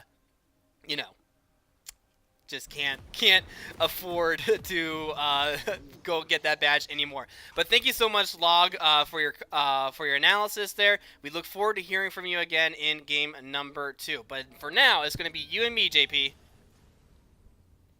Sorry, I keep forgetting to turn off the chat on my end, and so everyone's talking about they're supposed to be doing their homework right now, and some of them haven't started, and some of them are doing trig, and nobody cares about homework. Midnight. It's time for games. We're gamers. We're not students. I actually did receive word my campus will be shut down until noon, so I will have a good night. Ooh, Mage Seeker is getting a little bit of damage from Salty Splatoon, letting him know that he is just hanging out in his bush there, and he is going to have to go back. But, JP, what do you think the plan would be for Vape.io to get this lead that you're talking about, that you want them to get in order for them to really get ahead of Eclipse Fury? What is their game plan? I definitely think Graves is going to want to be bot lane. They want to shut. One of their biggest sources of damage is going to be coming from Sivir, which is kind of like the actual DPS type thing they have. Actually, she's really the only one who really has DPS right now. So she's going to be one of the highest threats to Vape.io right now. So I think Graves might be bottom lane just a bit more than any other lane. Rengar, don't get me wrong, he's a very strong engager, especially from bushes. So if Graves isn't prepared, Rengar might surprise him. So I'm just curious to see what happens with Graves. We already see some damage actually coming out from Lulu against Zed here. Absolutely. So I'm trying to. I keep remembering buttons. So, yes. So this is kind of at least until level 3. Theomars isn't going to be able to do very much, in my opinion, on Zed. It's going to be very difficult for him to lane against Mage Seeker's Lulu, especially at this point in the game. But if you look at this, both junglers made the same exact call. They're both taking each other's blue. Both of them. Instead, it looks like Theomars at least sniffed it out a little bit, so he knows that Night Hunter went there. And it looks like there are also some Mia pings as well from the side of Eclipse Fury, so they know that Power Base is somewhere in their jungle, probably taking something. But so far, everyone's just kind of letting him do his own thing, and Mage Sinker is definitely letting Theomars know that he's going to have a very rough lane. And a good guy, Mage Seeker gives some experience. He was just about to have a fight on top of Graves to Rengar. But Rengar actually has level 3 on. Yes, he did, because he was given that XP by Mage Seeker, but it looks like Power Basis and Theomars are both going to try to go up on this, but Mage Seeker is here. The Ignite goes down. Are they able to get Night Hunter Rook? But Night Hunter Rook is able to get the kill there. The flash coming in from Theomars as well slays Night Hunter Rook, and it is a 1-for-1 as both junglers end up giving their buffs over to their respective mid laners. Oh boy, this is gonna be, I'm telling you, this Lulu's the one who got the first blood, so now she's just that bit of, so I'm telling you, I want to see this happen, and it probably, we have Alistar actually coming up to apply a bit of pressure. He's just showing up and going moo in the lane and then going back to bottom. Move over. No, you can't milk those. Wait, I can't say it. You can't milk those. I don't know. That video was great.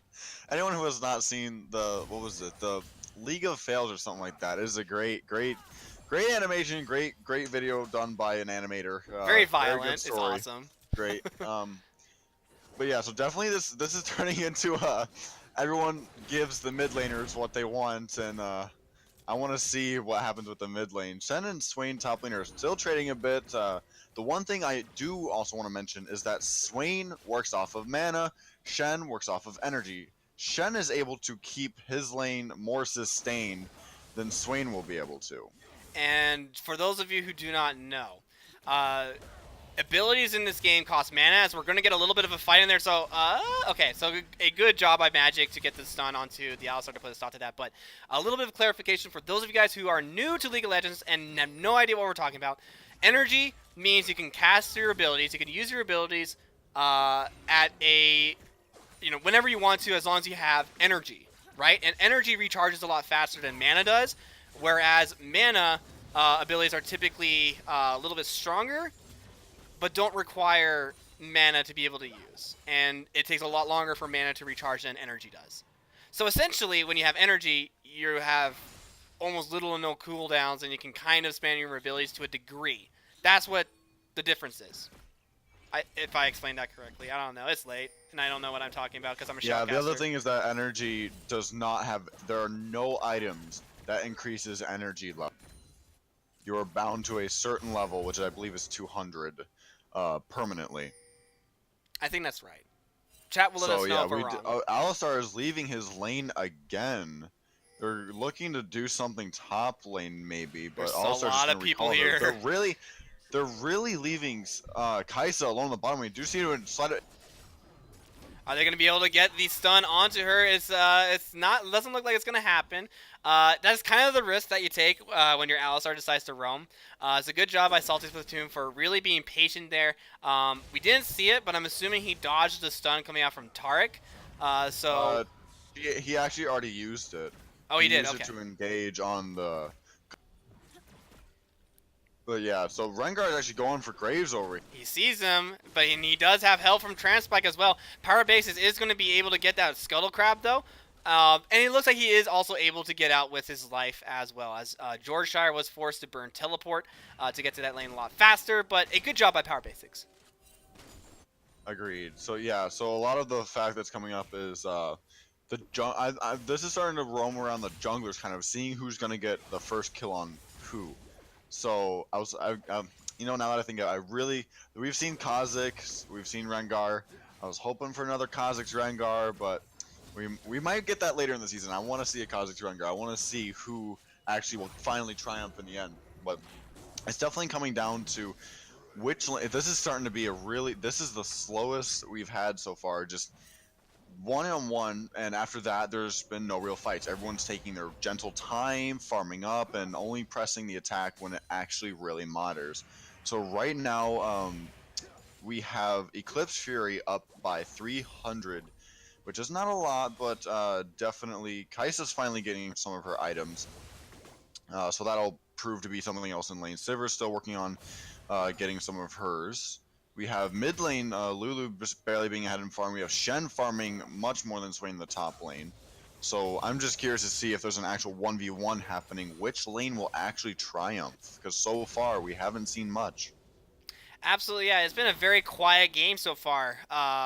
Except for the fact of the early there, we might actually see a little bit of a scuffle in the bottom lane here, as Power Basis does see 900 Rook by himself. He does have the support of his Alistar here, so 1KE could absolutely like flash on this guy if they really wanted to, but it looks like instead they're going to go with a safe bet, as they did see the Lulu reveal herself here, and it looks like they're going to go in on anyways. Here they come. The team fight is starting here, and it looks like the first casualty will be 1KE going down on that Alistar. Will Salty's platoon go down as well? He does burn heal before the Ignite comes down, and the Rengar comes in from the bush, and that will be a double kill onto Husqvarna on that Sivir. So already getting that early game pressure that they need. So they are doing exactly what I said would happen. They are funneling the gold into Sivir, which is their one high damage they know they can count on. Rengar is there for burst, but after he bursts, he's a viable target that's easily able to be taken down. Graves might look to come in here and steal it. Oh! No! He almost got it too. He almost got the timing. But yeah, he dies. But in a best case scenario, would that Infernal Dragon have been worth it? I definitely think it would have been. It would have been a nice, bigger power spike, especially because a lot of them actually depend upon damage. With Zed's high damage output, Graves and Swain, a lot of them have a lot of high damage output compared to Eclipse Fury. So I definitely think that Infernal Dragon may have helped them start a little bit of a comeback. Absolutely. I mean, Infernal Dragon going over towards Eclipse Fury means that their lead is going to start to snowball. So at this point, Vape.io needs to play very, very carefully. Kai'Sa, really good in a late game, but she needs a lot of items. Her item build path is not cheap at all, as Theomars gets pretty heavily chunked over in the mid lane there, and looks like 900 Rook is going to chase Ike, or sorry, not Ike, 1KE, just a little bit, but instead decides to leave him alone, as apparently beef is not on the menu as of just yet. But as I was saying earlier, Salty Splatoon and Theomars and even Georgeshire, they're all like late game oriented carries, right? Their builds are expensive. It takes time for them to start to really like kick into overdrive. At this point, Vape.io needs to not make any more mistakes. Don't give Eclipse Fury any more kills. Yeah, especially since like I said, this Lulu's starting to get up there a little bit. She's 2-0-1. She has more farm than Zed. So she's actually starting to do a bit more than Zed here. She's actually poking him down too much where if he actually engaged, it might actually cost him his life. So another thing is that bot lane, Sivir already has Stormrazor. What a crazy thing already. But I mean, she got 2 kills. That's 600 gold right there on top of the gold that she had from laning. I mean, yes, she's down CS, but those 2 kills easily helped her get that item, like, early. Graves seems to be invading their jungle, but I don't think they know about that. Swain seems to be making his way down, checking to see if Rift, no, he's just taking that. So there's like some sneaky behind the line business going on here, but it does not seem to But be. over in bottom lane, we're getting a huge attack here as it looks like the ultimate from Magic Dason does hit both members. Salty Splatoon has no health. He has to keep on running away. 1KE is caught in a rock and a hard place here as he also is brought down really, really low. He does drop the Ignite onto Magic Dason, but it doesn't look like Salty Splatoon is going to be able to follow this one up, nor does he want to, as incoming Lulu, Mage Seeker, he smells. He wants him to do it. He wants him to get greedy. He wants him to stay just a little bit longer. They should see him on the map, but it doesn't look like Salty Splatoon is reacting. Yes, he does. The Ignite goes down. The Flash comes in. Is it going to be enough to kill Salty Splatoon? It is, and Mage Seeker gets himself another kill. 3-0-1 on Lulu, 3-0-2 on Sivir. This is just absolute insanity so far. Just the fact that you did put a Lulu mid lane, and she's absolutely dominating the competition. They rely on their Sivir, and their Sivir is doing such a great job on getting the kills. We have us engaging here in mid. Oh no, Theomars. Oh my god, I told you the 1v1 would happen, and there it is. Not Theomars. really, she just made the one mistake of attacking her just too far into the mid turret ranges. A little bit surprising when it comes to those corners. I mean, it happens, you know. You just want to take down that tower. You make a mistake, and you take one too many tower shots, and that is just all too easy for Mage Seeker to be able to clean that one up. I mean, it's at least the good news is that he didn't burn Flash, right? Not that he could have because he was polymorphed before he was able to react, really. But, honestly, like, Theomars had the right idea to try to get the tower. He just stayed a little bit too long. Exactly. So, yeah, it's something that is actually going to put Lulu ahead. And the fact is she is not only doing the damage and she's causing harassment, it's also the fact that she's going to be a support for everyone else too. She's going to start looking to roam. She's going to start supporting the other people and start giving them the kills and gold. So top lane's just taking its sweet time like top lane should. We have a small engage in bottom, but it's not much. So we do. The jungle has been quite quiet. Again, that is one thing this true. is a Yeah. very quiet game. As far as a jungler standpoint, they've been very, very quiet. It's mostly been the fights have mostly happened in bot lane. Yes, there was the one time where Nighthunter Rook and a bunch of Eclipse Fury members went down there, and Sivir got herself a double kill. But here we go, and Mage Seeker is being jumped on by Theomars. Polymorph and his ultimate go down, but that will be enough damage there. And it looks like Nighthunter Rook also procced his ultimate as well. Tried to go fishing, but nothing bit on his line. Yeah, his line. Nothing bit his line.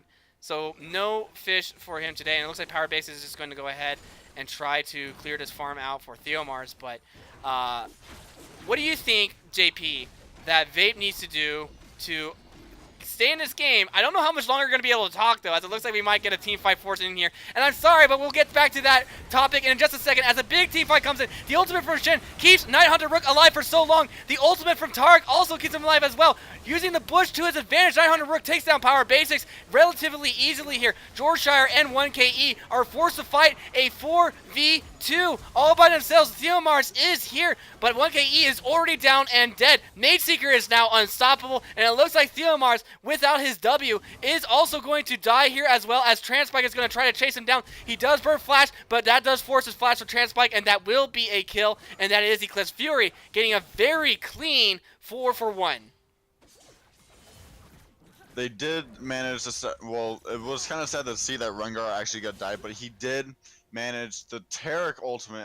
I told you, the ultimates that are coming from Shen, Tarek, and Lulu are just so supportive of the rest of the team. It's absolutely insane. It just keeps the rest of the damage and the pokes alive, and it's just absolutely dominating the fact of the damage coming from Vape.io over here. You're going to see Oh, they did he get got it! What? He actually got it! Power Bases actually did get the dragon here. So many members of Eclipse Fury are going down. 1KE gets the shutdown gold as Mage Seeker does finally go down. Transpike goes down. That is the shutdown gold going over to Kaisa. That is not good if you're Eclipse Fury. But Nighthunter Rook, he sees that Kaisa has no mana. 1KE goes in and immediately bursts that this might actually be. Oh my gosh, 1KE is a god and kills everybody on Eclipse Fury.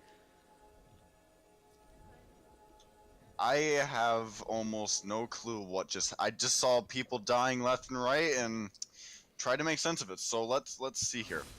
You can't milk them. You just can't milk the cow. Oh my god. So, one thing I did manage to see, and I told you, Lulu and Tarek were there, and just those tiniest heals and shields just kept them long enough to trade a couple kills for a couple kills. So they still made it kind of even. It's sad to see that the Drake did manage to get stolen, but it was kind of a definitely a good trade back by them. So definitely well played. Like I said, Lulu's just out there for the support. The Tarek's there for the support. The Shen's there actually to deal quite a bit of damage. There he is. There's the Tiamat. He is going to look to get that Titanic Hydra. Absolutely. So as this game continues to go on here, what happens now? 1KE killed a whole bunch of people, sure. But was it like, is it worth it? Is Vape.io back in this game now, or is it still kind of an uphill climb? Well, I would say that, but we have there was a small skirmish in bot lane, a couple bits traded, but yeah, I don't think Vape.io's back yet. They're working on it. They're actually only 1K behind, so okay, they are coming back. They did shut down the people they needed to. They got the shutdowns. But the one thing they are going to look for is this Rift Herald here. Yes, they will, and it looks like Eclipse Fury is going to be able to take this down. I don't think Power Basics will be able to take this Rift Herald very easily, and yes, it looks like 900 Rook is going to secure that relatively easily for himself and Eclipse Fury. So that is something that Eclipse Fury would try to push off. Lulu's just, look at that, just the one polymorph, and Lulu does more damage than Zed did to her.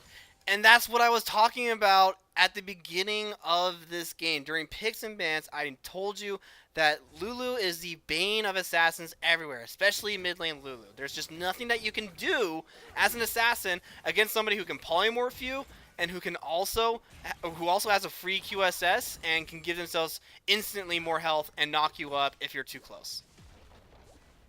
I think first her might go down mid lane, but Graves is there to try to stop him just for a second. The slow coming. But he is a level behind. I don't know if he's going to be able to do this. 1KE is here. It does force the ultimate coming out from Shen.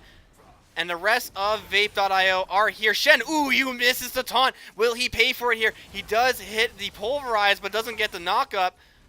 Or sorry, yeah, didn't actually get the knockup. So that's an interesting interaction there, but a good headbutt there to get Magic Jason up and out of the way before his beautiful dazzling gems could stun Salty Splatoon. He does take a boomerang hit though, but other than that, gonna be fine. Yeah, so like I said, just the survivability of a teammate that's trying to be assassinated by Vape.io here. The Shen and Lulu ultimate just nullified everything they tried to do. But actually, wait, I just found out something interesting. Zed actually has 200 energy. Shen has 400. Back on that topic, I did it might depend on your levels. No, it doesn't, because Zed still has 200 and Shen has 400. I don't know. I did not think Shen actually had 400 energy. Oh, that's right, because a bunch of his stuff actually costs quite a bit. So the more you. The more they cost, the more you need. Ooh, he still gets a headbutt despite the polymorph. But Mage Seeker is going to be able to get out just fine. And it looks like Salty Splatoon is going to get jumped on here. Does really well at dodging the Boomerang Blade here. But Husqvarna is going to go pretty hard on this one. Does take one or two turret shots for his trouble there. And Salty Splatoon is going to be able to get out without burning a single summoner spell. That takes guts to not burn a summoner spell in that situation there.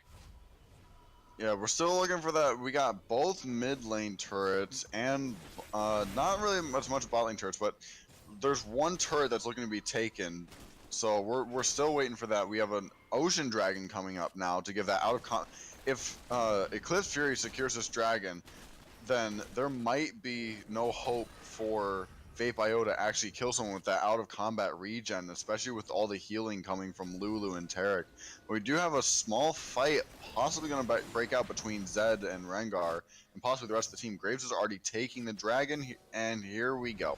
Alright, they had to have known that Graves is on top of that dragon here, but Eclipse Fury is just a little bit slow to jump on this.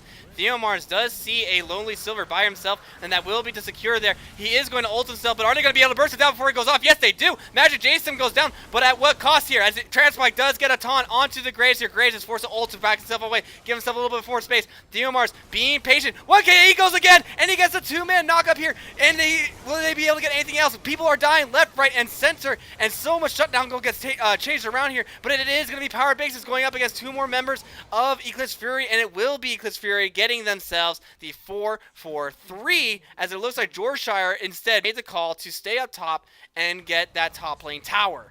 JP, who won that fight, do you think? Was it Vape.io or was it Eclipse Fury? And I'm not talking about just the fight in of itself, just in the overall sense. Give me one. Okay, let's talk this out. So it was a dragon. They did okay. So Vape.io got the dragon. They got Ocean, which is not one of the most important since a lot of them do not need a lot of outside combat healing.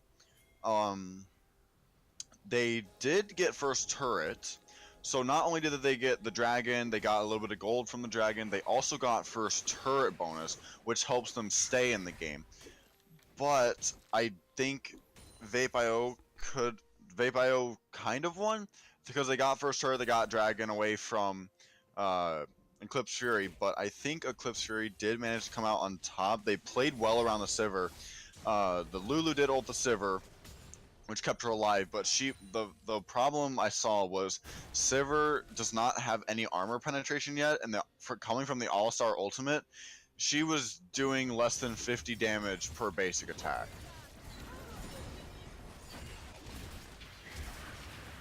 Multiple fights going on here in multiple lane. I don't know where Rev is.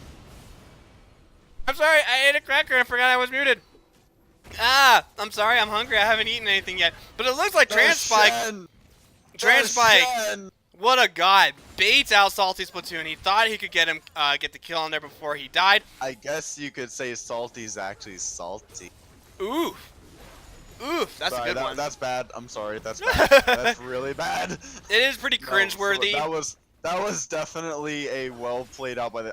I told you the Shen has the AOE basic attack stopping ability, and it's just the complete bait out by Shen. Well played by him. So Vape.io took another tower. They got a kill out of it. So it's something that Sivir needs to start looking at some armor penetration if they want to fight the All-Star.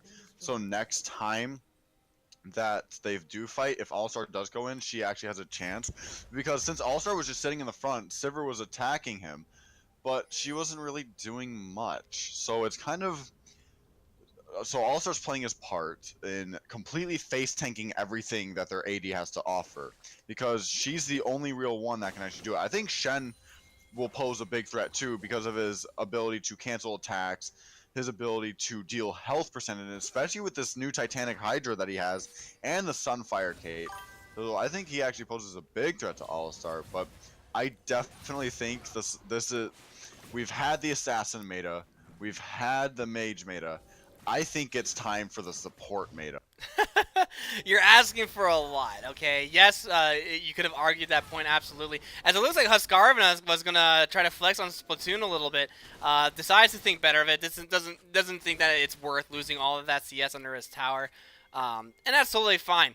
Husqvarna, 7-2 and 8, huge lead, has working on getting his third item here, but a credit to Salty Splatoon is that he still has some items as well, as Power Basis goes down in the jungle here, and we're getting a huge fight over here, and Theomars goes so hard on the Mage Seeker, but that is not the target that you want to go on if she still has ultimate and all of her abilities as well. I mean, again, we're seeing Mage Seeker make this Lulu pick, and he's putting it to work, okay?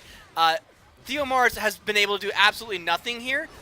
With the if he targets Lulu, that's the wrong one. He needs to target Husqvarna or something like that. Because if he goes on Mage Seeker, this is what happens.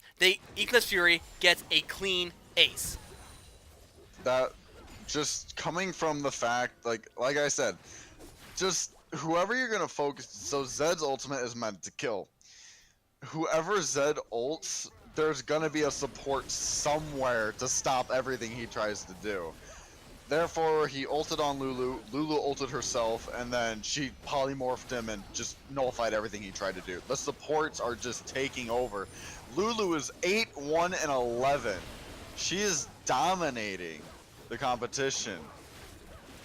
Absolutely. I mean, I said it once before. I'll say it again. Mage Seeker in the mid lane is a force to be reckoned with.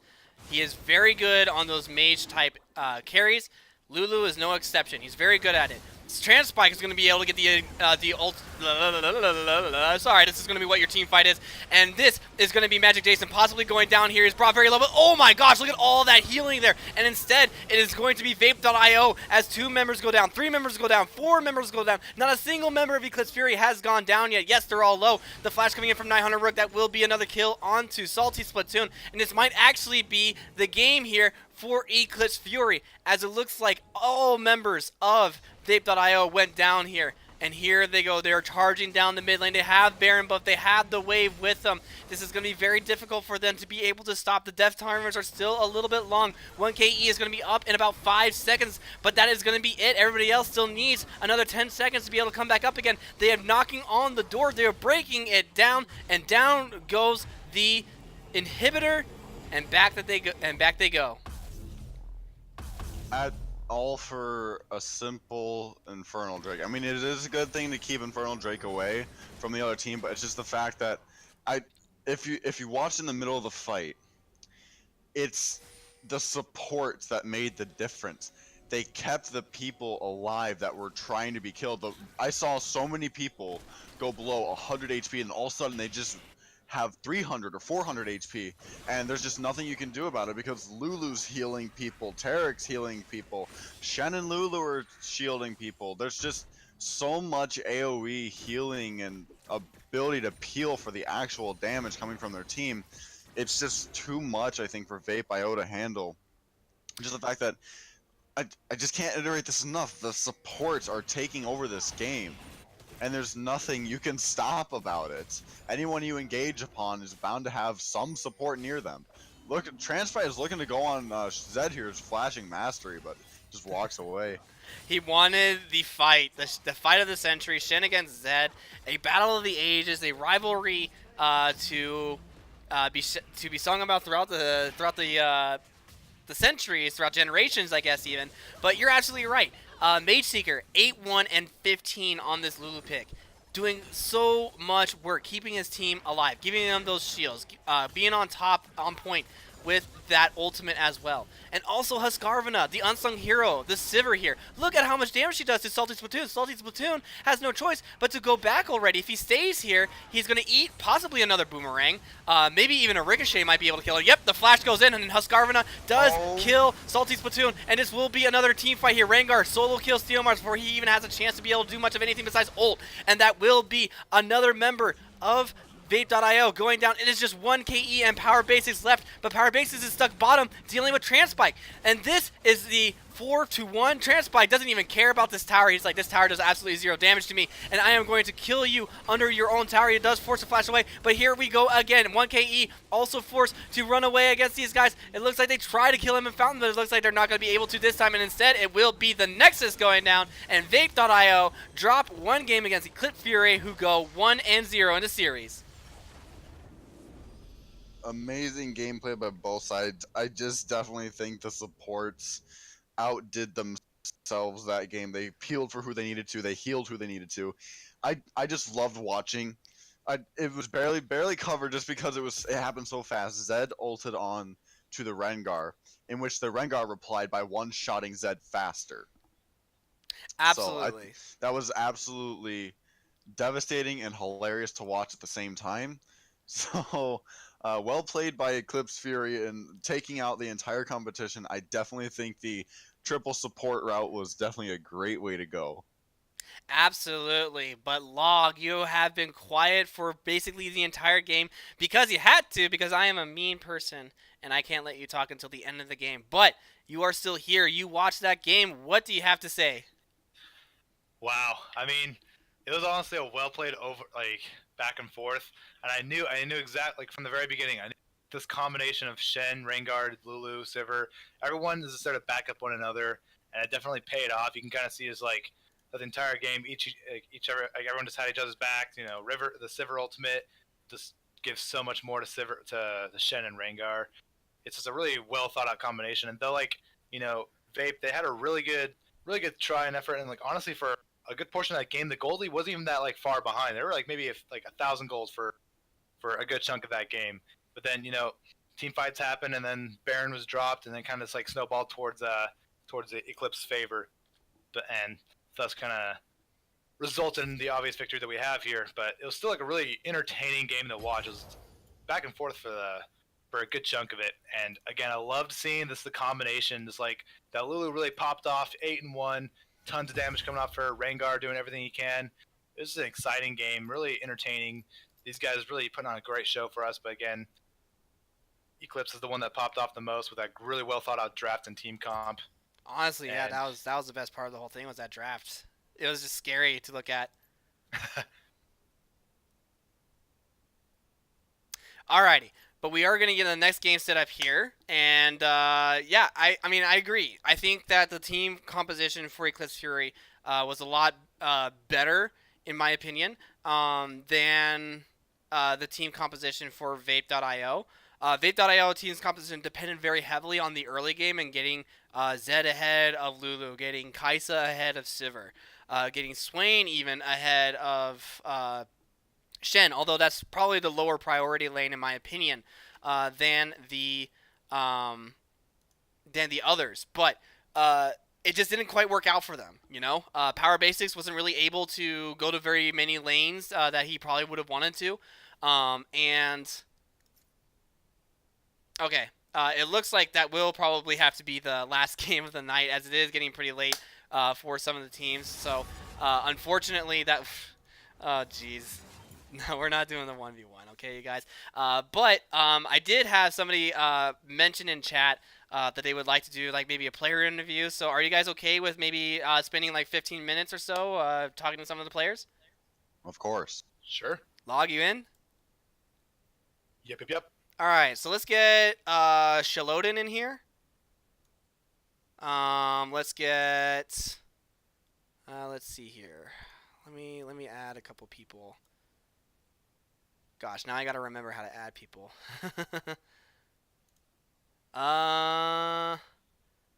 Let's see here. Okay, so Transpike, Power Basics, and Shalodin if he's watching. Let's see. Let's see if they can. Let's see if they're Shalodin's still around.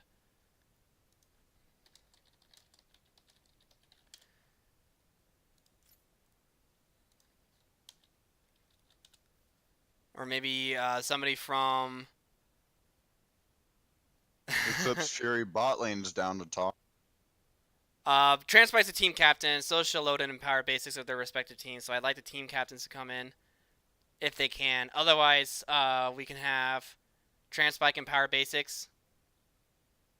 Power Basics, you down? If he's listening.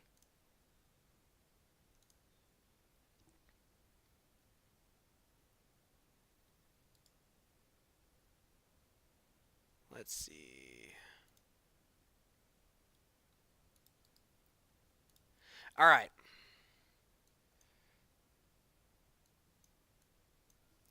Let me give this code to.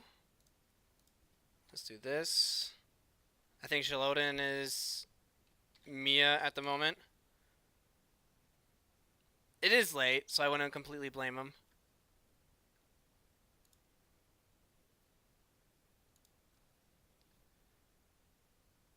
So you can learn to talk about.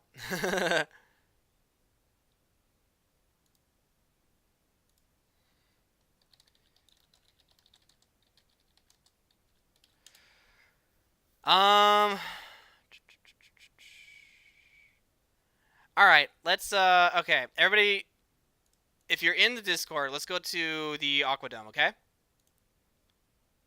I'm down. All right, Aquadome. Come to the Aquadome. Shalodin, Power Basics, and Transpike. Please come join the Aquadome for the interview. Oh, Log, I thought you had an invite already. Whoops. Oh, there we go. All right, so Log's in here. Can we get Shalodin in here? A just team captains for right now, okay? Maybe if we weren't so late and you had like a highlight play, yeah, we could have you, Acer. Yes, come to the Aquadome, Transpike. Hello. Are you here? Yep, Yes, there's I am here. Transpike. Okay, Power Basics, where you at?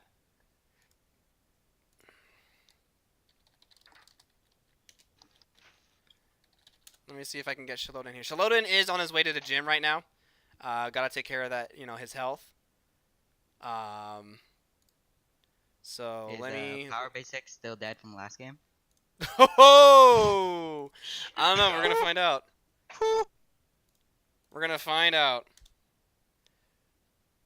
if we can get him in here. So okay, Shalodin's in here. Thank you so much, Shalodin, for joining us. Transpike Yeah, no as well. Thank you for joining us. Now, Shalodin, you are not the team Are you the team captain for both teams or just one of them? Yeah, so I'm the coach for both teams. I just got a second coach to help out with Team B just this last Sunday. He's been a great help so far, and I'm looking forward to the rest of the semester. All right. So I'm still trying to get Power Basics in here. Hey, Cliffsbury had a fun time seeing your team pop off, Shalodin. You know, it's really 50-50. It's a little rough. If you look at some of the matches we played yesterday, we just lost again and again, and then days before that we were just winning. It's really Hey, just man, about but consistency. you pulled it through with the best of 3. So Yeah, Absolutely. that first game was all you guys. I'm really glad struck some fear in them, showed them that they could lose, and they came back strong in that third game. And Team B, they came out strong right out of the gate, and I'm really glad we have some competition out there, and I'm looking forward for both sides to improve. Alrighty, well that's some very nice words, Shalodin. I really appreciate that. Unfortunately, it doesn't look like Power Basics is responding to me, so I guess he's in the black screen of death for like a while. All right, Magic, you can come in here too. ooh, all right. He's begging. Okay, I gotta let him. I gotta give in. I guess he's begging All right, me. all right. So if you want to get your support in here, Magic, Transpike, that'd be great. But in the meantime, my two other casters. I have the two other casters here with me. I have JP and I have Log here with me as well. So we'll start off with you, JP. Is there a question that you want to ask to either Shalodin or to Transpike about the series that transpired today? I guess one of the quick questions I do have is for a lot of the people who are actually like starting the game, especially if they're trying to look into actually putting in time and the dedication that sometimes it takes for this game to actually do well. What should some things be looking out like? You guys, sometimes people went for objectives when they shouldn't have. Sometimes people split push when they shouldn't. Sometimes people engage. What is one or two things you could possibly say about communication with a team and knowing when to go in and generally what to kind of like build around, work around a team and kind of just work together? We'll start off with, is that for Shalodin or is that for Transpike or both? Let's do with we can do both, but let's start with Shalom. Okay. So to start off, those are some great comments, and the two biggest things I've been worried about with both teams that I've been working with is communication and vision. If we have the vision down, then all we need to do is communicate as a team where to go and where the next objective is going to be. If we're wanting to contest a dragon that's coming up in 90 seconds, we need to prepare vision for that. Buy some control wards.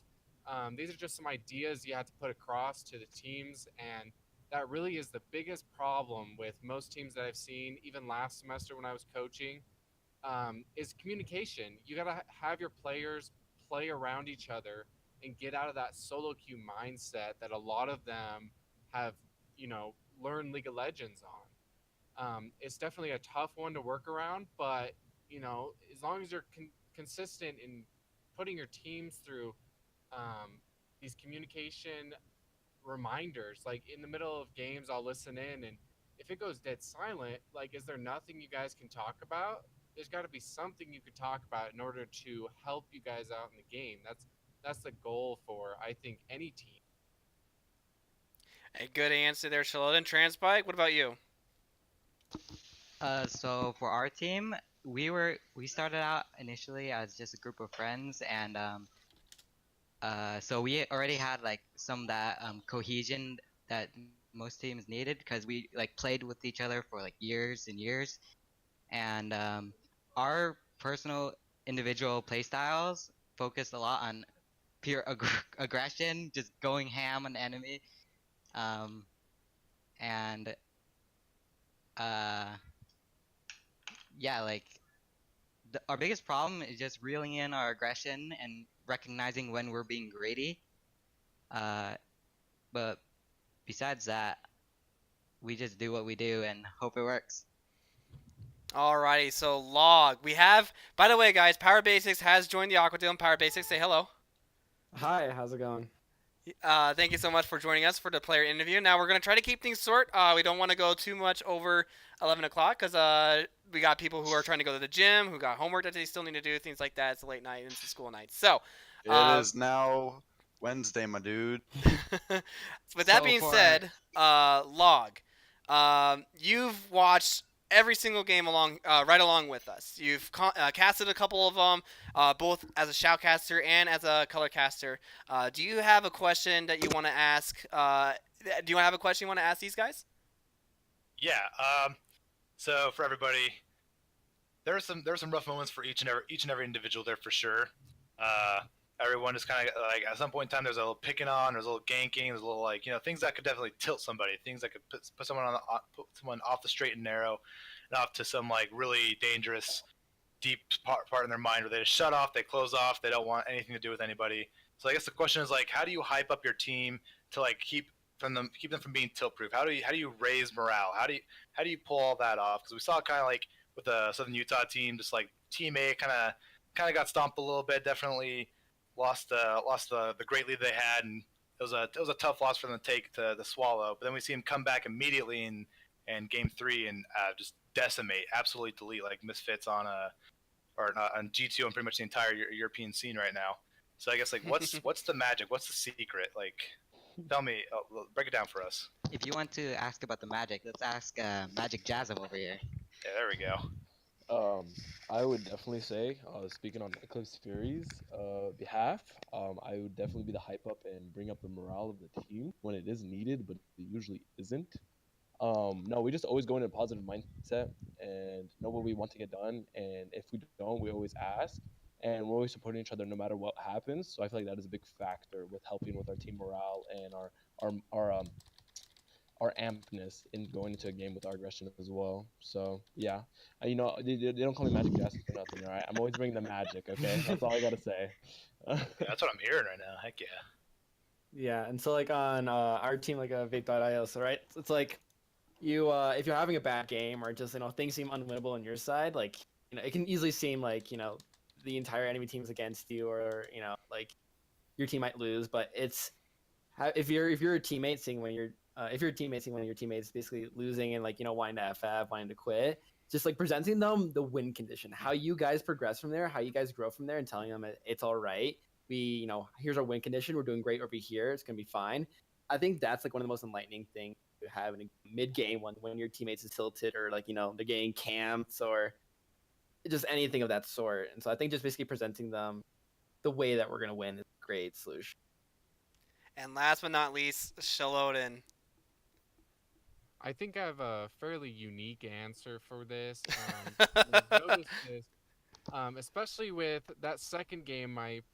This is a sub, okay? The poor Darius was a sub. I apologize. He's a friend of mine. I just brought him in today, asked him and said, hey, our top laner can't make it. Can you come play for us? And I bless his heart. At the end of that game, he goes, "You know what? I think I really enjoyed that." And I said, "Are you okay? Like, dude, you were like 0-5, 0-6 up the top lane by 15 minutes." And he said, and it was because of the teammates constantly keeping him going. He got into the team fights and he popped off. We got a clip of him getting a triple kill. Um, and just trying to keep that morale. It's all about your teammates in game keeping it up. And another thing that really hyped up Team A after their first loss is when Team B went in there and they won that game. It really showed, some sort of competition. Hey, this is another team that we are working side by side with, and they just won a game. They really motivated themselves to go out there and get a win. And I mean, they just stomped that third game. Yeah, that was pretty great. Especially, the power basics just like literally slamming poor Darius into the locker and just taking his lunch money. That was And then some he rough had stuff that to see, performance on what was it, Soraka? Are we going to talk about that or what? Okay. Okay. Are we not allowed to switch roles? No, Like, no. Oh, okay. Yeah. I was so confused. My team was like, we're thinking, before, like, hey, our support, our AD carry supposed to, he can also play jungle. This person can also play that role. And we're like, you know what? Let's just try it. Why not? For fun. And it didn't exactly work. So we are not going to be unwielding the, Soraka support carry anytime soon.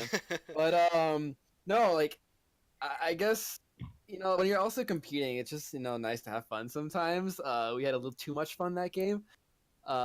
We did get stomped, but honestly, it was fun in the end. I just thoroughly enjoyed it, but I definitely won't be whipping it out. Yeah, it's one of the things that I didn't mention, so it's not completely your fault. I didn't mention it, but it's something I'm going to be making in addition to the rules, for sure. Because usually in the competitive scene, when you're locked in when you're registered as a role on a competitive team, you're kind of locked into that until the next season, or at least until someone subs in and out, basically, right? Like you can't do it during the series, but as like the weeks progress, if someone's like, I'm not very good as an AD carry, I want to try my hand mid lane, or you want to role swap as the season progresses, you can, just not in the middle of the series. That's something I need to mention. All right, yeah. It didn't work out anyways, evidently, but no, it was fun nonetheless. Jungling's definitely my role in the end of the day. All right, so we have 4 minutes left before I had to turn everything off and everything like that. So I have one more question for everybody to ask. Or not for everybody to ask, but I have one more question for everybody. And my question is, how excited are you guys to be participating in this kind of a format? Is this something that works really well for you guys? Are you guys having a good time? Do you guys get that competitive aspect here? We saw some really good games today. We saw some really awesome plays. There's definitely going to be new clips that are going to be added into the highlight reel. I have some homework that I need to do now because I have to go through the broadcast and make sure that we have all the clips we need so that Nora can make the highlight reel that we saw earlier in the stream, so that everybody else can see that. So my question is, starting off with Sheldon, as you are the newest addition to our league behind Power Basics. Transpike, you've been kind of with us for a while, almost since the inception. But I kind of want to know, Sheldon, coming from with two teams, what do you think about what we are doing here at the League Esports, at least with this League of Legends League? So far, I don't have anything bad to say. I think it's a very friendly environment. I'm glad that you can bring people in who are competing as coaches, as players, and have things like this go on and just be productive. I'm looking forward to, working alongside everybody else and competing. And all my players are super excited, especially after tonight, looking forward to all the teams that we can compete against. And there's a prize at the end. There's only 3 teams that can get prizes, from what I hear. So, there are 3 teams that are getting the 3 teams are getting like prizes from like gaming gear, jersey, custom made jerseys, and the number 1 team is going to be getting those tickets to the spring finals, which I believe will be just in time for by the time we end our 9 weeks. And but even if you don't place in like the top 3 or 4, or sorry, yeah, top 4, I believe is what we're constantly like discussing it at the League Esports. But if you place in the top 4, you're guaranteed to get something. But if you place 5th or 6th, you're still getting something. My plan is to give out the players that played that placed 5th or 6th 10 RP card codes, basically. It's not much, but it's like a thanks for participating because it would suck if you didn't get anything at all, you know. All right, so moving on, let's go to Power Basics. Since you're the other newest addition to our league, what do you got? Do you guys like what we're doing here? Do you guys think it's terrible and it's stupid and you're gonna quit now? So most of us literally started playing a year ago, and with seeing that, it's like this is like pretty much our first tournament ever together. And when I first heard about it back in winter, it was pretty exciting. Way to get improved, way to get better. And honestly, we've been loving it so far. Just the numerous games we've been allowed to play, the competitive vibe that we're allowed to basically compete in, and then having like our friends and family basically be able to watch from home and seeing what we're up to here is pretty nice to see. And so I've been really liking it, and I know my team has. In the end, it basically just allows a place for us to basically exert our competitive nature. All right, we're running out of time, unfortunately. But Magic, Jason, and Transpike, both of you, I want to hear your opinions. Yeah, TLE has been really exciting.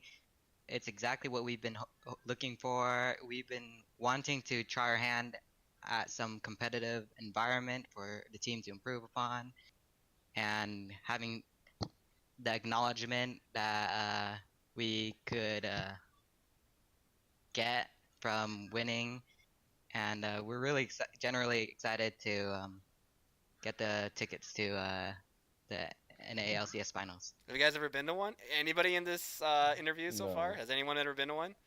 Yo, I've been to the 2016 spring finals, and that was pretty lit. It was Game 5 TSM versus CLG rivalry match. Unfortunately, TSM did lose. That's pretty tough to go and watch that, but it was still really good to see. All right, Magic, what do you got to say?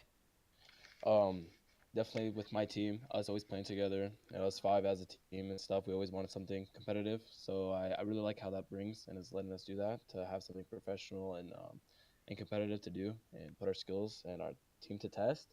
And I definitely like the highlight reels, because I go into every game trying to make a montage play, which I would love to be addressed and seen every time, because that's what my mindset is going to every game. So I'm looking forward to that. Nora or whoever it is that's doing it, can't wait for those. I'll try to give you the most clips as possible. I mean, I can guarantee you that was it CJ? Oh, well, who was it? The Pike guy. In the match where Vape.io got raffle stomped, I think. Was it that one, or was it game? Was it that one, or was it a different one? I don't know. So whoever played Pike, I'm pretty sure is gonna be getting a pretty good highlight reel. Sorry, but the best Pike in NA is Magic Jasm. Yeah. If I have to bust out my Pike too, like, hey, I'll do whatever you guys want. Just tell me what to do before the game, and I'll give you for your clips. Step aside, my Soraka. My Soraka is the best. Let's just admit that right now. Dude, I don't play mages. I'll bust out my Soraka as well. Whatever you guys need, all right? I only ran it down a couple times. Alrighty, but we are unfortunately out of time tonight. I just want to say thank you guys so much for coming into this interview. Thank you so much for participating in our league.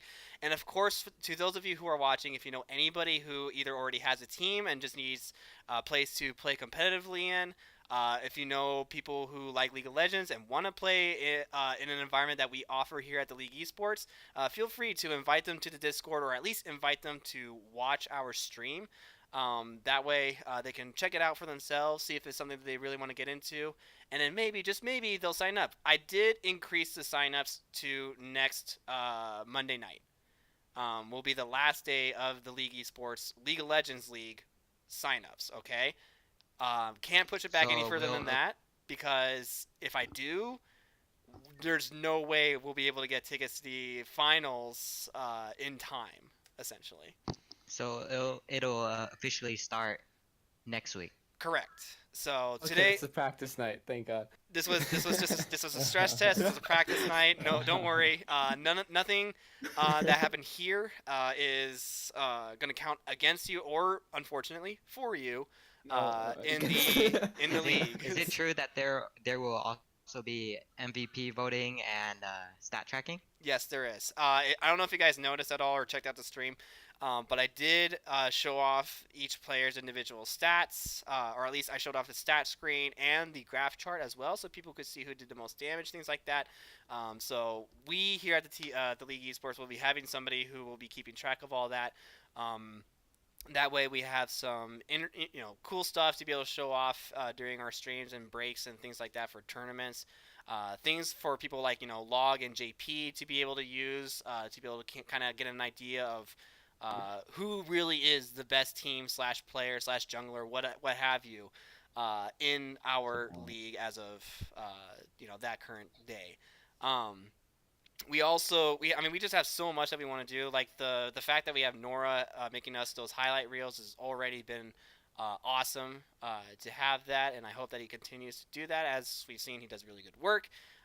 So we'll be building up off of that to try to make this as professional and as close to like what you see on the LCS stage as we can on a far less budget.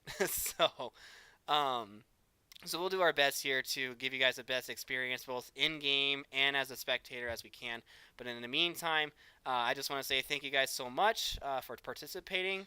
And yeah, you guys are awesome. Yeah, I definitely want to thank the entire TLE staff for granting us this opportunity, and we're excited to be here. JP, Law, you guys got anything to say before we close out? Just glad to be here. Glad to commentate on some dope League of Legends plays. I think you brought it up earlier. Are you gonna do I'm sorry. Go ahead, JP.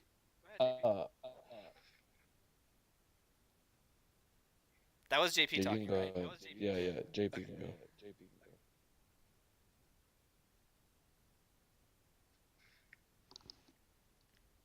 Is JP still on this plane of existence? Something's going on, but I think he's quiet. We lost him. Darn. Oh my god, I had my mic up. There we are. I'm so stupid. I've been talking this entire time. Oh my god, I've done that so many times. I hate that. Okay, let me read. Okay, let me just try this again.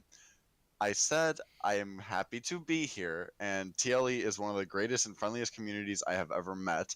Everyone here is just having such a blast being together and having a lot of fun games together, hanging out and seeing which team is kind of doing what they want. Everyone like kind of figures out their own niche and stuff. So it's something I'm very happy to be a part of, and I cannot wait for the rest of the season to start. Absolutely. Well, that's going to wrap it up here from the League Esports. Thank you guys so much for tuning in, and we're going to leave you with Nora's video one last time, but until then, we'll see you guys next week. Thank you so much for tuning in.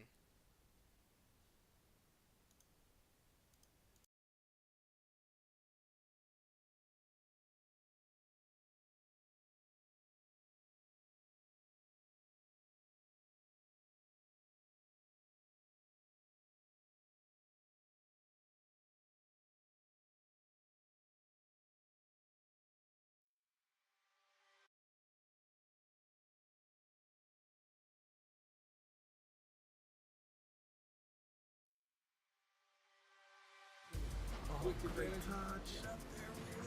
Nice. Pushes it away. The passing play can lamp bot. No.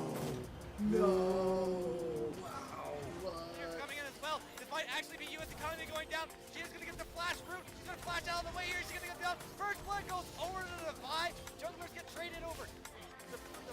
But is it enough to really get into the heads of these players? It was enough to save them from making a goal, but here comes Conjure getting into the goal. Brown, what a great shot! Even the clapping hands, nice. Stormy Inferno, like a puppet. 30 seconds left, Sean. Dr. Dad going to try to get this set up, but Coco is able to receive that in the air. But it's not.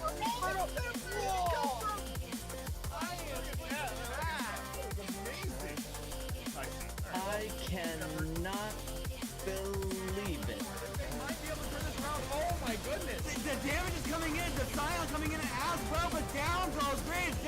Bard in the back of my mouth are able to take down Lissandra. Oh my gosh, what a beefy ultimate coming in from C Sentinel here. SLC God gonna try to take somebody down. 2 kills coming in for C Sentinel, but SLC God goes down as well. C Sentinel brought down low. Bobby's gonna try to do something to take her out, but it looks like we might actually get a first ace here. We might actually see a pentakill here. Come on, get the pentakill for C Sentinel. Do it for the stream. C Sentinel with the pentakill. Woo! So popped it up. Ibot going freestyle. No way! Heroes defense is looking pretty strong right now, but how long can they eventually conjure? Oh, no! Get the goal!